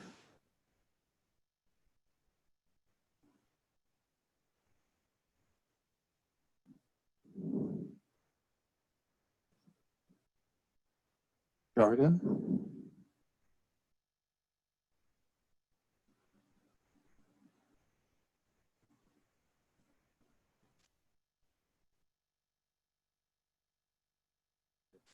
Are you there? Looks like she's working on a microphone issue. Hold on, I'm going to. Oh. Yeah, She's having a sound issue. she's working on a microphone issue. She put it in the chat. All right, it's not enabled. It looks like the person is unmuted. Oh, can you hear me now? No? Yes. Oh, okay, so sorry. I'm in my son's room on his high-tech computer, and I don't. Now I know who Jarga is. Go ahead. Yes, hi, my name is Melissa Argaman, and I have a son in the high school and another one at Jack Abrams STEM. So my question is really more about the social emotional piece to this for the students. And I know you touched a little bit upon the lunch in the classroom, and I think a lot of us are concerned for the younger grades, especially about recess, you know, them having some time to get outside, get some fresh air and run around. And also I wanted to ask just for you to expound a little bit on the lunchroom situation in the high school. You mentioned something about shortened periods. Where would they go for the, or maybe you said adding periods, it wasn't shortened maybe? Okay. I was just curious, like, are they going to be sitting in these desks for 43 minutes? Will they be allowed to talk to their friends? I'm sure they can't get up, but just wanted to ask a little bit about, you know, the recess situation in the younger grades and to expound a little bit on the cafeteria. Okay, I'll take the recess first. I'm gonna mute you here. All right, the recess, there is a section on recess in the plan. I did not pull it specifically. Recess is recess. Playgrounds are in use. The idea, again, and outdoors, it's actually a little bit less concerning, and because the air is obviously outside air circulating, but recess is on the table, and children who are eating lunch will also have time on appropriate weather days to go outside and run and get it out. So recess is, it may be certain areas where there aren't as many children as there would have been. It may be a playground that's limited to one class where there may have been two, but that'll be staggered so that all of them have a chance to get out and just be kids.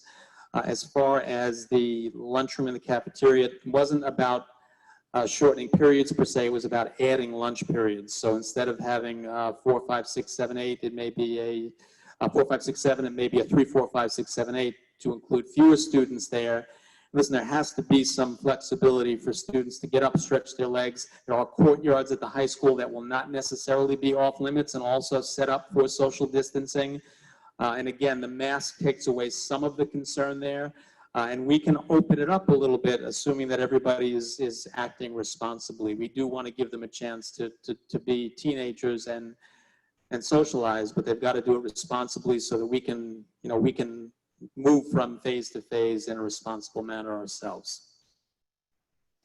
And we may change practices based on the feedback we get from the kids, so understand that that's important to us as well.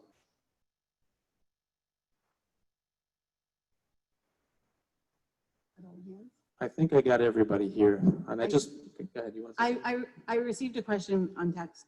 I'm not actually sure who it's from, but it made me think that maybe something wasn't clear, so I just wanted to ask the question. Okay. Is that all right? Sure. Just if you could explain what the kids will be seeing on their screen when they're home. What the kids will be seeing on their screen at home is what's projected on the smart board. I did not make that clear, thank you. They will be able to hear everything. They will see what's on the smart board. Okay, so I think that concludes. And I do, yeah, and I'll, just to close to a certain degree here, there's no closing this, but this is not what we want. This is not why we are educators. We love children, we want them with us, but we've also got to take into account, I think all of you recognize, safety and just trying to get through this so that our kids have the experiences that, and one person mentioned before, it's not the same. I get that, but our goal and our responsibility is to make it as same as possible under the circumstances until we can get to that new normal. There may be new opportunities that come out of this. There may be some extracurriculars that don't run and some that are added because it makes sense to do this. And obviously I'm speaking off the cuff here, and that would have to be something that we organize. But our goal is to put our kids in a position where they want to be a part of a school setting, where they are enjoying what they're doing and they're getting everything they possibly can from the education that we provide. This is not going to be simple. It is going to be an ongoing process. We're going to have to pressure test a lot of things. But the feedback is important, and I just throw out there again, your patience, your understanding. This community has been terrific. Every ounce of effort that we put in is worth it for you, for your children, and we are open and remain certainly in a position where we want to hear what you have to say. The forums remain intact. I will put out that information shortly, and I do not want to suggest for a moment that you can't contact any of us in between.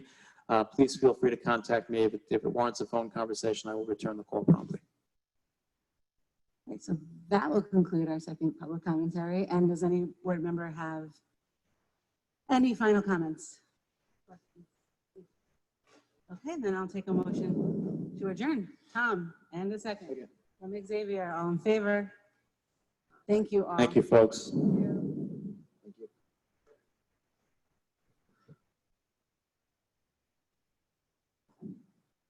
Why can't I end this? When you're done recording. I'm trying to end the meeting. I can't do it. Are we off?